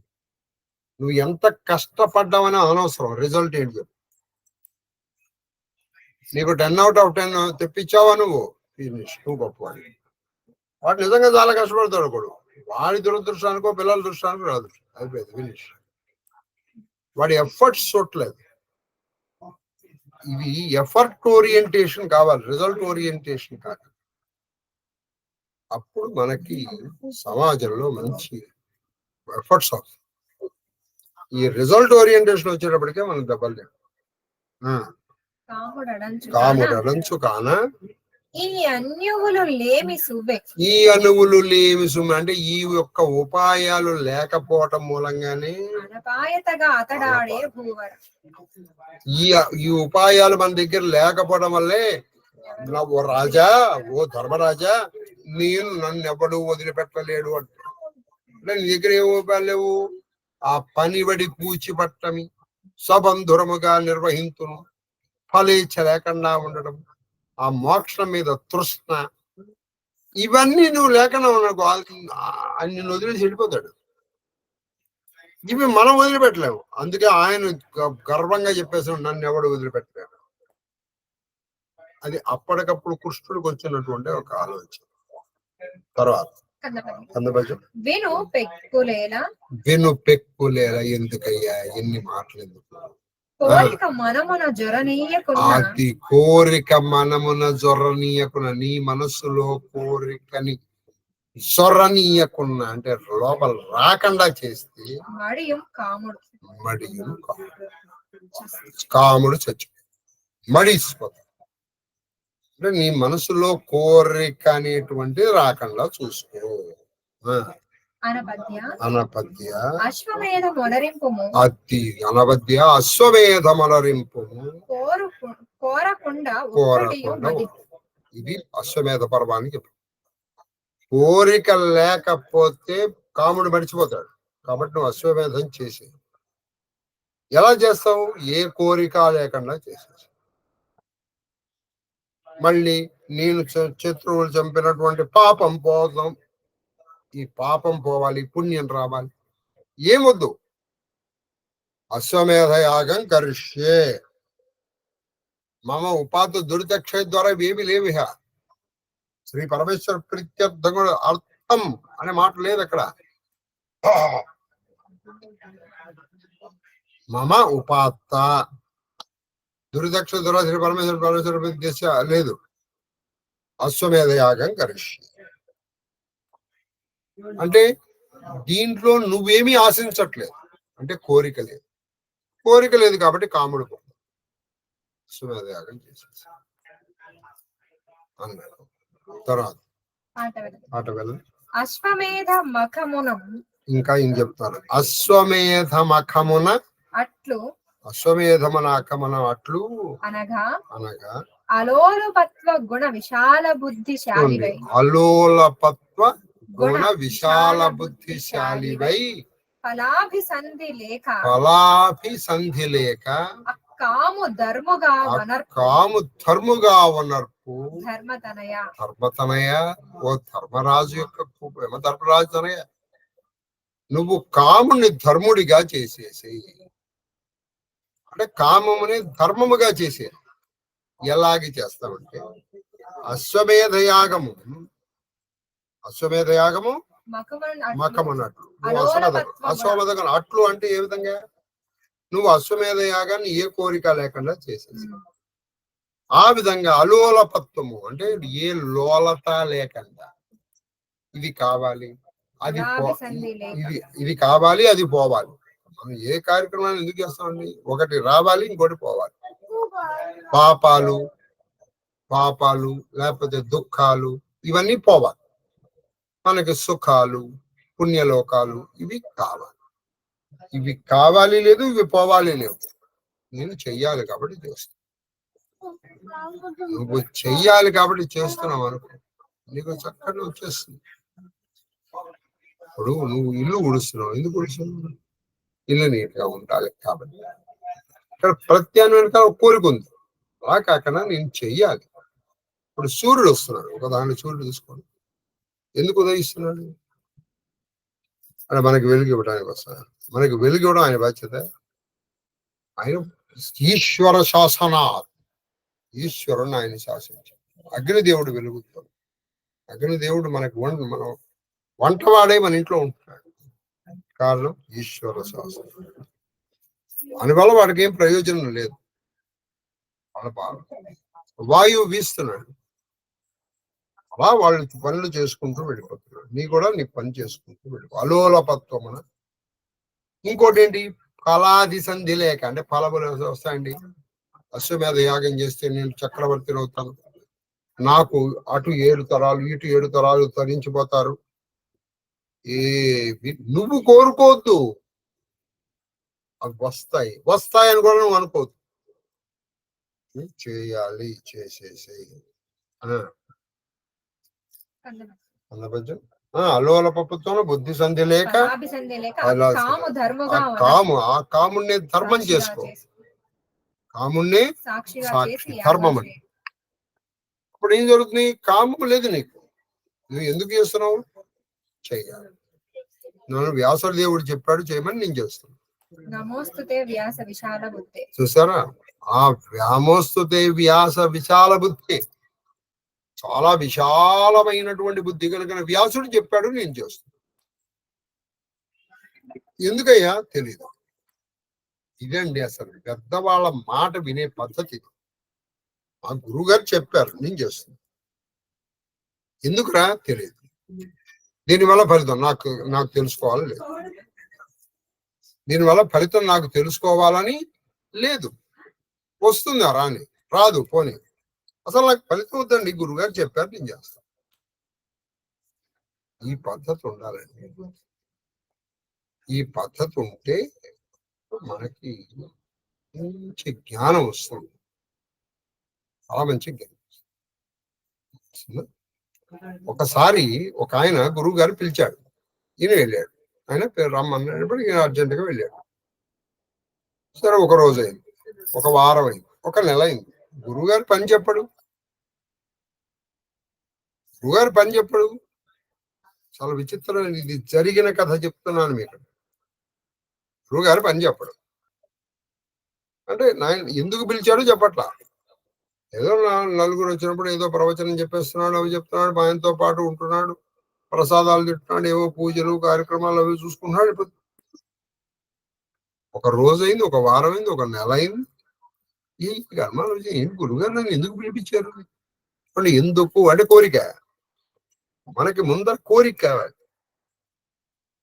ఎవ్వరు లేరు మరి అలాని గురువు గారిని మరి అప్పటి గురువు గారు కదా, నాలాంటి వాడు కదా కదా అంటే అని అంటానికి. కాబట్టి ఎలా అడగాలి అని చెప్పేసి ఆలోచిస్తూ ఉండగా ఒకరోజు ఒక ఒంటరిగా గురువు గారు కలిశారు. గురుగారు, నాకు మిమ్మల్ని ఒక ప్రశ్న అడగాలి. మీ ఇల్లు ఉంది, అలా వస్తూ ఉంటారు, తింటూ ఉంటారు, వెళ్ళిపోతుంటారు, తింటూ ఉంటారు, వస్తూ ఉంటారు, వెళ్ళిపోతుంటారు. ఎంతమంది వస్తారు మీకు కూడా తెలియదు. మరి ఎలా ఇవన్నీ మెయింటైన్ అవుతున్నాయి అంటే ఆ గురువు ఆయనతో చెప్పిన మాట, నాయన ఇది గాయత్రి దేవి మాయ, నాయన మాయ.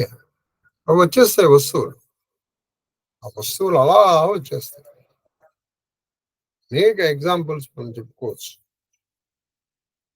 ఒక్క 2 రోజులు లక్షవర్తి 2 రోజుల ముందర కూడా మన దగ్గర ఏ విధమైన ధనము లేదు. ఇక్కడ 11 లక్షలు పెట్టుకునే స్తోమత లేదు, కానీ అవన్నీ అలా వచ్చేసి అది. కాబట్టి గాయత్రి మంత్ర విలసన ఆ దేవి యొక్క లీల నమ్ముకుంటే వస్తుంది. కానీ కలిపురుషుడు నమ్మనివాడిగా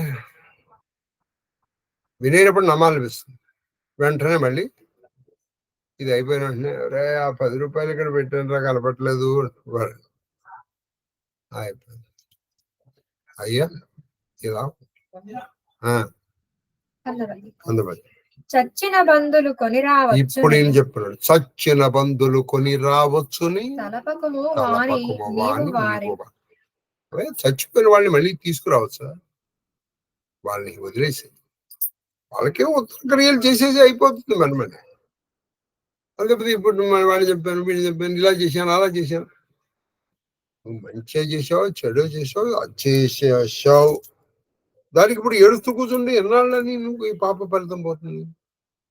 నేను వనాలకు వెళ్ళా, నీకు కోరిక ఉందిగా, కోరిక నీతో పాటే వచ్చిందిగా. కోరిక నీతో పాటే వచ్చినప్పుడు అది మృత్యు ముఖంలో ఉన్నట్టేగా. అదే నువ్వు ఇక్కడ ఉండి కోరికలు ఏమీ లేకుండా సుపరిపాలన అందించు. రాజుగా నీ కర్తవ్యాన్ని నువ్వు నిర్వర్తించు. రాజుగా కావచ్చు, అన్నగా కావచ్చు, కొడుకుగా కావచ్చు, భర్తగా కావచ్చు. అప్పుడు నువ్వు మోక్షానికి అర్హుడు అని చెప్పారు. తర్వాత క్రతువులు విచ్చలవిడి చేయము. అనేక క్రతువులు చేయవయ్యా, నిన్ను మెచ్చు జగం. అప్పుడు ఈ జగాలన్నీ నిన్ను మెచ్చుకుంటాయి. అంటారు సమకూరు మీద సుగతి. దాని తర్వాత నీకు మంచి గతులు కూడా వస్తాయి. ఇక్కడేమో ఇహలోకంలో నీకు మంచి కీర్తి లభిస్తుంది, పరలోకంలో మంచి గతులు లభిస్తాయి. అందుకని ఇలా ఏడుస్తూ కూర్చుంటే ఏమిటయ్యా, ఇహమా పరమా అన్నారు. తర్వాత వచనం అని ఇట్లు కృష్ణుడు చెప్పే పారాశర్యుడు బోధించాడు. అప్పుడు మళ్ళీ కృష్ణుడు చెప్పాడు, మళ్ళీ పారాశర్యుడు వ్యాసుడు చెప్పాడు. దేవస్థానుడు నారదుండును హితవచనంబులు ఉపదేశించారు. అలాగే దేవస్థాను, నారదుడు వీళ్ళందరూ కూడా హితవచనములు, మంచి మేలు కలిగించే మాటలు చెప్పారు. భీమాదులు నలుగురును ద్రౌపదియును తగిన మాటలు చెప్పారు. భీమార్జున నకుల సహదేవులు కావచ్చు, ద్రౌపది కూడా తగిన మాటలు రఘురాజుకి చెప్పారు. శాస్త్ర చక్షుర్మహితులైన మహీశ్వరులు యోగ్య వచనంబులు అంటే మహీశ్వరులు అంటే అక్కడ బ్రాహ్మణులు. శాస్త్ర చక్షు మహితులైన అంటే శాస్త్రమే చక్షువులుగా అంటే ఈ బ్రాహ్మణుల యొక్క కళ్ళు ఏమిటంటే శాస్త్రాలు.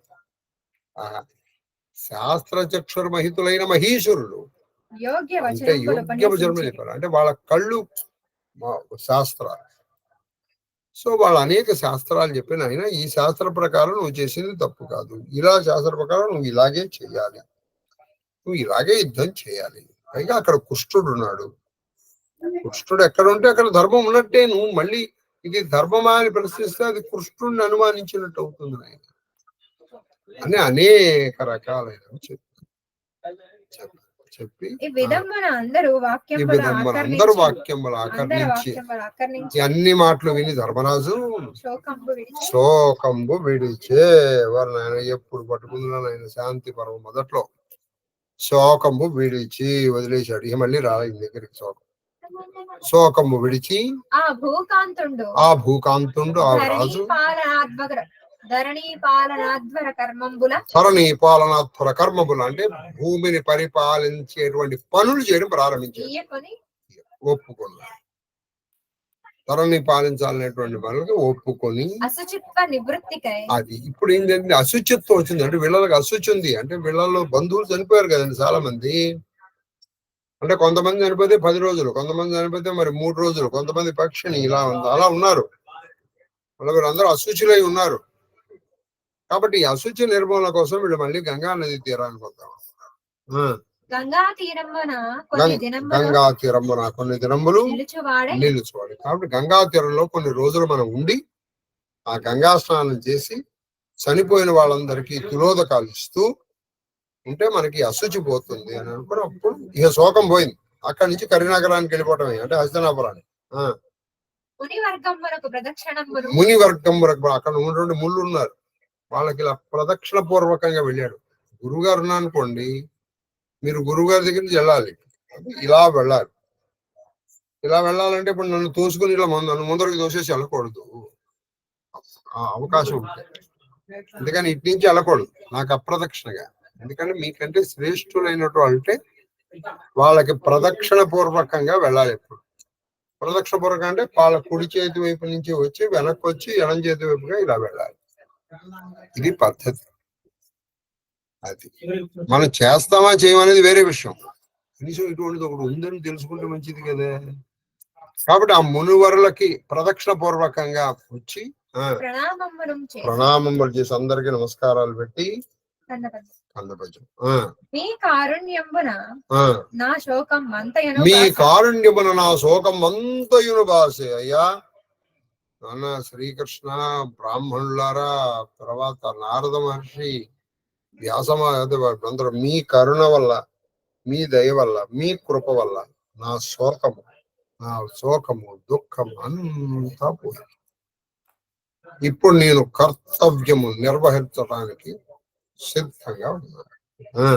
సుమనస్కత అది సుమనస్కత సుశ్లోకాత్ములారా, సుమనస్కత నాకు సుమనస్కత అంటే నాకు మంచి మనస్సు కలిగి, సుశ్లోకాత్ములారా అంటే మంచి చరిత్ర కలిగిలారా. మంచి చరిత్ర కలిగిన మీరు మీ ఉపదేశాల వల్ల నాకు మంచి మనసు వచ్చింది. విచ్చేయుడు ఇంకా మీరు మీ మీ ప్రదేశాలకు వెళ్ళవచ్చు. నేను నా రాజ్యపాలన నేను చూసుకుంటాను, నన్ను మాత్రం నన్ను మర్చిపోయి అమ్మాయి అనుకున్నాను. ఎవరి వాళ్ళు ఇక ఎక్కడ వాళ్ళు అక్కడ వెళ్ళిపోవడానికి సిద్ధపడ్డారండి. మొత్తానికి మనం కురుక్షేత్రం వెళ్ళబోయే లోపల ఈయన కరీనగరం వెళ్తే చాలు. ఎందుకంటే నేను కురుక్షేత్రం వెళ్ళినప్పుడు ఈయన అక్కడ కురుక్షేత్రంలో ఉంటే నన్ను కూర్చొని అయ్యా నేను ఆ పని చేశాను, ఈ పని చేశాను, ఇప్పుడు నాకు ఈ పాపం పోయింది, నాకు ఎడపండి, నన్ను చెప్పండి, నీ ఎక్కడికి చెప్తాను. మీరంటే హాయిగా అలారం పెట్టి కూర్చుంటారు, 9ంటికల్లా అయిపోతుంది. ఆయనకి 9ంటికి కాదు, 8 అయినా ఇంకా చెప్పండి అంటూ ఉంటాడు. నాకు చెప్పే ఓపిక చెప్పండి. మీరైతే నాకు హాయ్. అదవా ఎప్పుడన్నా మర్చిపోయినా మీ అలారం గుర్తు చేసి గురువు గారు అంటే ఓ ఆపేరా నాయన వెళ్తాం. ఆయనకి అలారం లేదు. భీష్ముడు అన్ని రోజులు చెప్పాడు, మళ్ళీ వచ్చి వ్యాసుడు చెప్పాడు, కృష్ణుడు బాగా ఘాటుగా చెప్పేటప్పటికి అప్పుడు ఈయనకి శోకం పోయింది. కాబట్టి నేను కురుక్షేత్రం వెళ్ళే లోపల ఈయన కరీనగరం వెళ్ళిపోతే మహాదేవ నాకు హాయి, ఆయనకి. వ్యాస నారదాది మునులు ధర్మజు విడుకొని స్వస్థానములకు వెళ్ళి వ్యాసుడు నారదుడు వీళ్ళందరూ వెళ్ళిపోతున్నారు. వాళ్ళు వెళ్ళిపోతే ఈయన కూడా కరీనగరానికి వెళ్ళిపోతారు. వచనం ఇక్కడ వచనం. కంద పద్యం ఉంది. ఉమ్. అని పలికి చూసారా మా విశేషించి వాళ్ళకి ఇప్పుడు అది తెలిసిపోయింది. ఇదంతా అయిపోయినట్టు వీళ్ళు మళ్ళీ భారతం ప్రారంభించేస్తారు. ఏంటి రాయటం, వీళ్ళు రాస్తారు. ఇప్పుడు జమినీ భారతం అని ఈ వ్యాసుడు శిష్యుడే రాశాడు మళ్ళీ భారతం. అప్పుడు అంతంత మాత్రమే వింటున్నారు అదే ఇలాంటి జీవితాలు. ఇప్పుడు వీళ్ళిద్దరూ రాయడం ప్రారంభించారు. అప్పుడు ముగ్గురు కదా రాసింది, కవిత్రయం. ఇప్పుడు కవిద్వయం. ఇప్పుడు కవిద్వయంతోనే మొత్తం భారతం రాస్తారు. అప్పుడు భారతానికి 18 పర్వాలు బాలేదు, 81 పర్వాలు పెడదామని 81 పర్వాలు రాస్తారు. తర్వాత చెప్పు. అని పలికి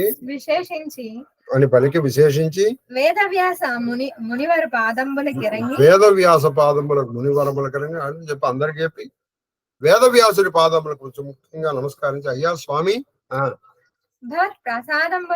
భవత్ ప్రసాదమున కందువ కనిన కనకంబు పురస్కరించుకొని పోయి చేకొనగలరు. అయ్యా ఆ బంగారపు నిధి ఉంది అని చెప్పింది మీరే. బంగారపు నిధి ఒక చోట ఉంది, వెళ్ళి మనం తవ్వుకుని తెచ్చుకోవడం అనడుగైనా. కాబట్టి నేను అశ్వమేధ యాగం ప్రారంభించబోయే ముందర మిమ్మల్ని ముందర పెట్టుకుని నేను అక్కడికి వెళ్తాను. ఎక్కడికి? ఆ హిమవత్ పర్వత ప్రాంతాన్ని. అప్పటికి సన్నిధి మీరు దయచేసి ఇప్పుడు వెళ్ళండి. కానీ నేను ఎప్పుడైతే ఈ అశ్వమేధ యాగాన్ని సంకల్పిస్తానో ఆ అశ్వమేధ యాగం చేయడానికి బంగారం తెచ్చుకోవడం ముందర మీ ముందర పెట్టుకుని నేను ముందర వెళ్తాను. పెన్నిధికి ఆశ్రయం పైన హిమగిరి మహీధరంబులలోన ఇళ్లను పరమాశ్చర్యనిధి అని చెప్తుంది. ఆ పెన్నిధి ఎక్కడైతే ఉందో, పెన్నిధి అంటే గొప్ప నిధి, అది ఎక్కడ ఉందో ఆ హిమవత్ పర్వత ప్రాంతంలో అనేక ఆశ్చర్యాలు ఉన్నాయని చెప్తారు. కాబట్టి మీతో పాటు వెళ్తే అవన్నీ మీరు నాకు చూపిస్తారు. రక్షయ కొనిచుండే. కాబట్టి మీ రక్షణ పూర్వకంగానే నేను అక్కడికి వెళ్తాను. కాబట్టి ఇప్పుడు మీరు వెళ్ళినా నేను అక్కడికి వెళ్ళబోయే ముందర మీరు ఖచ్చితంగా నా దగ్గర రావాలి. మిమ్మల్ని ముందర పెట్టుకుని నేను ఆ హిమవత్ పర్వత ప్రాంతానికి వెళ్తాను అని చెప్పారు. ఎవరు? మొన్న ధర్మరాజు. ఎక్కడ వాళ్ళు అక్కడ వెళ్తున్నారండి. అది సంగతి. దాదాపు కథ కంచికి మనం ఇంటికి వచ్చేస్తున్నాం. అంటే అప్పుడే కావాలండి, అశ్వమేధ యాగం కావాలి. ఇంకా 4 పర్వాలు ఉన్నాయి అశ్వమేధ పర్వతం తర్వాత. ఇప్పటికే పేరుకే 4 పర్వాలు. మొత్తం ఆ 4 పర్వాలు అశ్వమేధ పర్వం ఎంత ఉంటుందో అది అంత ఉంటుంది అంతే. అని సవినయముగా ప్రార్థించి నాపై పెక్కులు కళ్యాణ కర్మంబులకు మార్పంబులు. అయ్యా నా మీద మీరు కళ్యాణము అంటే శుభము కలిగించేటువంటి మాటలు నాకు ఎన్నో చెప్పారు. మహాభాగ్యవంతులకు గాక ఇట్టి వారి కారుణ్యము దొరకను. నేను ఎంత భాగ్యవంతుడు అంటే మామూలు భాగ్యవంతుడు కాదు, ఆ భాగ్యవంతుడు. అందుకే మీలాంటి వాళ్ళ యొక్క కరుణ నాకు దొరికిందంటే అంతకంటే నాకు కావాల్సింది ఏముంది స్వామి అని చెప్పాను. అది మీ కరుణయ్య నన్ను భాగ్యవంతుడు. నేను భాగ్యవంతుణ్ణి అనడానికి ఉదాహరణ ఏమిటయ్యా అంటే వ్యాసుడికి నా మీద కరుణ ఉంది చాలు. వ్యాసదేవుడు అంతటి వాడికి ధర్మరాజు మీద ఉన్న కరుణ అదొక్కటి నిదర్శనం. ఏంటి? ధర్మరాజు భాగ్యవంతుడు అని చెప్పడానికి. తర్వాత అని బహుప్రకారంబుల ప్రస్తుతి చేసి ఈ విధంగా అనేక విధములుగా ఆ వ్యాసదేవుణ్ణి ఈయన ప్రస్తుతి చేసి పొగిడి స్తుతించి అట్లా ఆమంత్రితులై ఆ మహాత్ములందరూ కృష్ణార్జున మంత్రంబు గైకొని అంతర్ధానము చేసి అలాగే కృష్ణార్జునులకు కూడా సెలవు తీసుకుని ఆ మహానుభావులు, ఆ నారదుడు కావచ్చు, దేవలుడు కావచ్చు, వ్యాసదేవుడు కావచ్చు, వీళ్ళందరూ కూడా అక్కడికక్కడే అంతర్ధానము అంటే అంతర్హితులు అయిపోయారు, వెళ్ళిపోయారు. ఇప్పుడు పదంపడి భీష్మునకు పరలోక క్రియలు ధృతరాష్ట్ర సహితుండై ఆచరించి ఈయన వెంటనే ధృతరాష్ట్రుడి సహితుడిగా, ధృతరాష్ట్రుడు కొడుకు వరుస కదా భీష్ముడికి. సరే ఈయనకి తండ్రి లేడు కాబట్టి ఈయన కూడా చేయవచ్చు. సరే వీళ్ళిద్దరూ కలిసి ఆ భీష్ముడికి పరలోక క్రియలు చేశారు. అదేంటంటే ఉత్తర క్రియలు అంటే ఆ ఒక్కరోజు చేశారు, మరి ఆ తర్వాత 10 రోజులు చేయొద్దు. ఆ 10 రోజుల కార్యక్రమాలు చేశారు ఆయన. కర్ణ ప్రభృతి కురు ప్రకరంబునకు. కర్ణ ప్రభృతి కురుమన్న కర్ణుడు, మిగతా కురు ప్రభృతి అంటే మిగతా దుర్యోధనాదులు కూడా వీళ్ళు చేశారు పాపం. తిలోదకాలు ఇవ్వటం అవన్నీ చేశారు. ఊర్ధ్వలోక సాంద్ర సౌఖ్య సిద్ధ్యర్థం. ఊర్ధ్వలోక సాంద్ర సౌఖ్య అంటే సిద్ధ్యర్థం ఊర్ధ్వలోకములో దట్టమైనటువంటి ఆనందం వీళ్ళకి రావాలి అని కోరికతో వీళ్ళు సిద్ధ్యర్థంబుగా సిద్ధార్థముగా నానావిధ దాన విధులు నిర్వర్తించి విధ దానములు అనేక విధమైన దానాలు చేశారు. అంటే ఇగో ఈ కర్ణుడికి ఉత్తమ లోకాలు రావాలి, దుర్యోధనుడికి ఉత్తమ లోకాలు రావాలి అని అందరికీ చేశారు పాపం. అలా అందరికీ చేసి కృతకృత్యుండై కృతకృత్యుడై కతిపయ దినంబులకు అచ్చోట కదలి ఆ చోట కతిపయ దినంబులకు అంటే కొన్నాళ్ళు అక్కడే ఉన్నాడు. ఈ లోపల అసూచి ఆ 10 రోజులు అన్ని అయిపోయినాయి. అప్పుడు ఆ చోట కదిలి అంటే ఆ కురుక్షేత్రాన్ని వదిలి పాండవాగ్రజుండు పాండు నృపాగ్రజు అగ్రేసరం కావించుకొని అది పాండు నృపాగ్రజు అగ్రేసరుడు, పాండవుల కొడుకుల్లో పెద్దవాడైనటువంటి ఈయన పాండురాజు యొక్క అన్నగారిని ముందర పెట్టుకుని అంటే ధృతరాష్ట్రుని ముందర పెట్టుకుని కరినగరంబనకు అరిగే హస్తినాపురానికి వెళ్ళిపోయారు. కాబట్టి నాకు ఇబ్బంది ఏమీ లేదు, ఎల్లుండి పొద్దున్నే నేను వెళ్తున్నాను. కాబట్టి అక్కడ నన్ను పరిశీలన అడిగేవాళ్ళు ఎవరు లేరు. అతనిని పూజించి ధృతరాష్ట్రుని పూజించి తదనుజ్ఞ శోభితుండగుచు కృష్ణుడును భీమాద్యనుజులు మోదంబులంతా జనులు అభినందింప పెంపారి వసుంధరా పరిపాలనము దురంధరుండయ్య చేశాడండి అని చెప్పి ఏమని చెప్పాడంటే ఈయన ధృతరాష్ట్రుని పూజించాడు. కృష్ణుడు భీమార్జున నకుల సహదేవులు ఆనందిస్తూ ఉండగా, జనులు అభినందిస్తూ ఉండగా, మెచ్చుకుంటూ ఉండగా జనులకి మంచి పరిపాలనలో నిమగ్నుడు అయ్యాడు. ఈయన పరిపాలన చేయడం ప్రారంభించాడు. ఈయన రాజు కానంటాడు, అరవులకు వెళ్తానంటాడు, పరిపాలన నిమగ్నుడు అయ్యాడు అని చెప్పేటప్పటికి అప్పుడు ఈ జనమేజయుడికి ఒక డౌట్ వచ్చింది. ఏమిటయ్యా డౌట్ అంటే జనమేజయుడు వైశంప ఇలా ఈయన పరిపాలన చేసుకుంటున్నాడు ఆయన అంటే అప్పుడు జనమేజయుడు ఒక ప్రశ్న అడిగాడు. ఏమిటయ్యా ప్రశ్న? తర్వాత అది ధర్మరాజు ధరణిని పాలించుతున్న సమయంలో కృష్ణార్జునులు వర్తించు వాళ్ళు ఎలా ప్రవర్తించారు, కృష్ణార్జునులు ఎలా ఉన్నారు అని అడిగారు. ఇప్పుడు టైం 140 144 దగ్గర ఆపేసి తేటగీతి ఈ విధమున ధర్మజుండెలమి ధరణి పాలనము చేయగా కృష్ణ పార్థులెట్టి తిరుగువారులై ఎచ్చోట వర్తించరి ఎరుగ చెప్పవే అంటే సజ్జనుల చేత సేవలు పొందేవో వైశంపాయనుడా. ఇలా ధర్మరాజు పరిపాలన చేస్తుండగా కృష్ణార్జునులు ఎక్కడున్నారు, ఏ విధంగా ప్రవర్తించారు నాకు చెప్పండి అని అడిగాడు జనమేజయుడు వైశంపాయనుడు. తర్వాత అడిగిన వైశంపాయనుడి ఇట్లని తర్వాత శేషభద్రుడు ధర్మజుండమ్మే ఈ ధరణి పాలింపంగా అనగా ఇంద్రప్రస్థమున వసించి ధరణి ఈయన ఎక్కడున్నాడు, హస్తినాపురంలో ఉన్నాడు.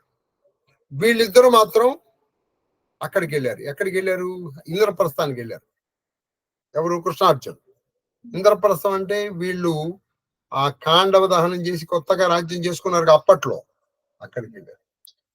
ఇక్కడ చాలా టెక్నికల్ పాయింట్ ఒకటి ఉందండి. మీరు ఎప్పుడైనా గోల్కొండ వెళ్ళి ఉంటారు కోసం, గోల్కొండ కాకపోతే మీరు ఎప్పుడైనా ఢిల్లీ వెళ్తే ఆగ్రా ఫోర్ట్ వెళ్ళు. ఒకప్పుడు ఆ రాజు పరిపాలించిన దానికి మనం వెళ్తాం. ఇప్పుడు మీరు గోల్కొండ వెళ్ళండి, ఎప్పుడైనా ఉదాహరణకైనా మనకు తెలిసిన గోల్కొండ చెప్పుకుంటాం. ఇగో ఇక్కడేటయ్యా, ఇక్కడే రామదాసుని ఖైదీ చేశారు. ఆ ప్రదేశాన్ని మనం చూసి వస్తుంటాం, గుర్తుందా? ఇగో ఇక్కడే రాజుగారు కొలువుతున్న ప్రదేశం. అంటే ఆ దాంట్లో ముఖ్యమైన ప్రదేశాలు చూస్తున్నాం. అలాగే వీళ్ళు ఇంద్రప్రస్థం వెళ్ళారు, ఈ కృష్ణార్జునుడు వెళ్ళేటప్పటికి కృష్ణుడు క్రీడియు క్రీడాపరత అంటే చక్కగా ఏదో కొంచెం విహారం కోసం వెళ్ళారు వీళ్ళు. అటు ఇటు వెళ్తూ ఇంద్రప్రస్థానికి కూడా వెళ్ళారు. సరిత్ కానన పర్వత సాను దేశములు వీళ్ళు ఎక్కడెక్కడికి వెళ్ళారంటే సారు అంటే నదులు ఉన్న ప్రదేశానికి వెళ్ళారు. కానన పర్వత ప్రదేశాలకు వెళ్ళారు. కాననం అంటే అడవులకు వెళ్ళారు. పర్వత ప్రదేశాలకు వెళ్ళారు. సానువులు అంటే పర్వత శిఖరాలు, ఆ పర్వతాన్ని దగ్గరికి వెళ్ళి చూశారు. విహారానికి వెళ్తూ ఉండేవాళ్ళు. దేశముల చరించుచు విప్ర పూజల పుణ్య కథ విప్ర పూజలు ఇక్కడ బ్రాహ్మణులు కల్పిస్తే వాళ్ళని పూజలు చేస్తూ ఉండేవాళ్ళు. పుణ్య కథాశ్రమణలు వాళ్ళు ఏదైనా మంచి కథలు చెప్తుంటే వింటూ ఉండేవాళ్ళు ఈ కృష్ణార్జునుడు. సత్కావ్య గోష్ఠి అంటే మంచి కావ్యముల గోష్ఠి. అబ్బా ఏమి ఆ భగవద్గీత అండి, ఏమి ఆ భారతం అండి. అలా వాళ్ళు ఏదైనా మంచి కావ్యముల గోష్ఠి చేయాలి నలుగురు కలిసినప్పుడు. అంతే తప్పితే ఊరు పిచ్చి మాటలు మాట్లాడుకోవడం కాదు. సత్కావ్య గోష్ఠి అలా పొద్దుపుచ్చుతున్నారు వాళ్ళు. ఎలాగా? విప్ర పూజలతోనూ, సత్కావ్య గోష్ఠితోనూ, పుణ్య కథా శ్రవణములతోనూ, లేకపోతే కొంచెం టైం దొరికింది ఆ నదుల వెంట నదుల దగ్గర అడవుల్లోను, పర్వతాల్లోను, సానువుల్లోను విహరిస్తూ కాలాన్ని గడిపారు. పొద్దుపుచ్చుచు తమ పూర్వ వృత్తములైన సమరతంత్ర ప్రముఖముల చెప్పుకొని వాళ్ళు అంతఃపురం.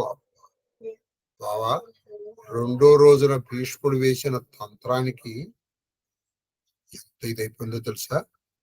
అప్పుడు ఈయన కృష్ణుడు నిజమేనయ్యా, ఆ ప్రతితంత్రం ఎంత బాగా వేశావు, ఆ మొత్తం ఆ వ్యూహాన్ని బలి ఛేదించావయ్యా నువ్వు. అప్పుడు నాదేముందిలే బావా, నువ్వు సారథ్యం అలా చేసావు.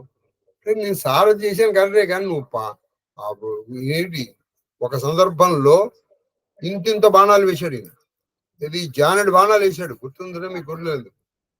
వాళ్ళు ఈయన్ని ఆక్రమించుకుంటే అసమర్థకులు వాళ్ళు ప్రసప్తకులు వాళ్ళ పేరుతో ఉండాలి.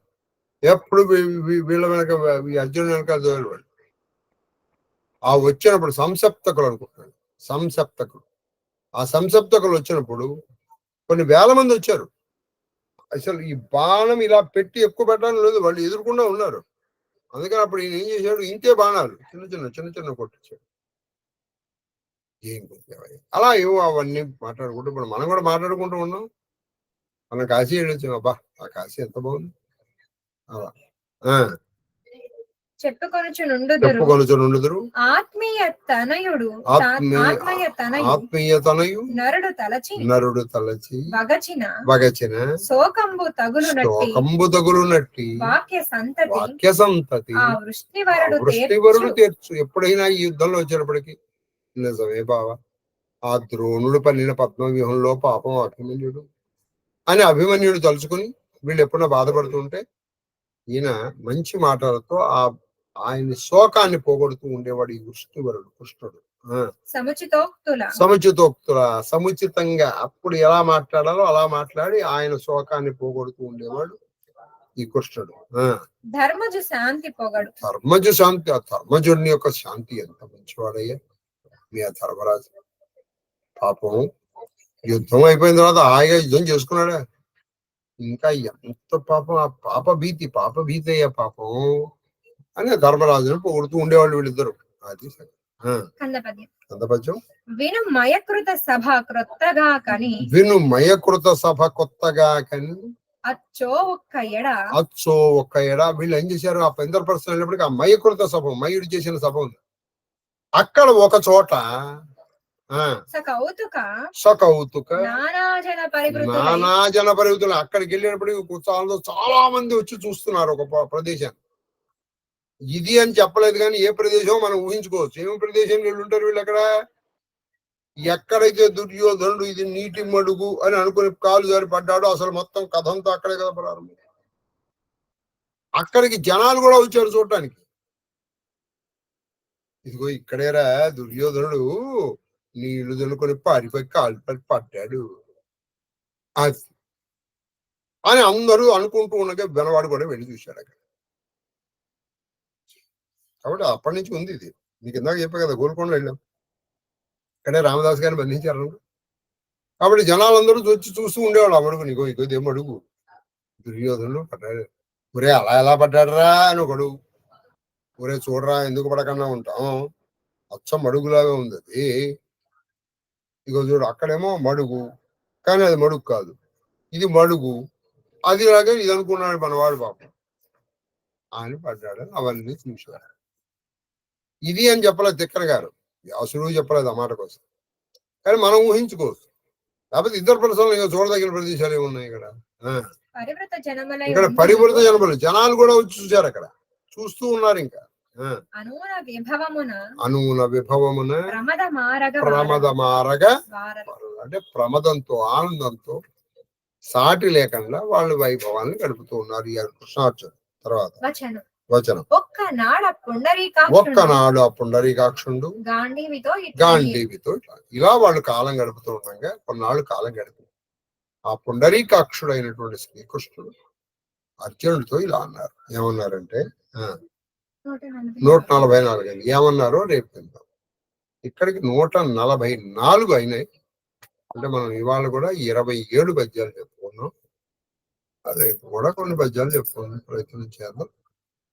మళ్ళీ మనం రేపు ఆదివారం కదా, ఆ next Monday or Tuesday start అవుతుంది. మళ్ళీ పునఃప్రారంభం కురుక్షేత్రం వెళ్ళి వస్తాం. రేపు ఉంటాయి. రేపు సూర్య నమస్కారాలు మాకపాదివారాన్ని వదులుకోకండి. ఆరోగ్యం భాస్కరాదిచ్చే.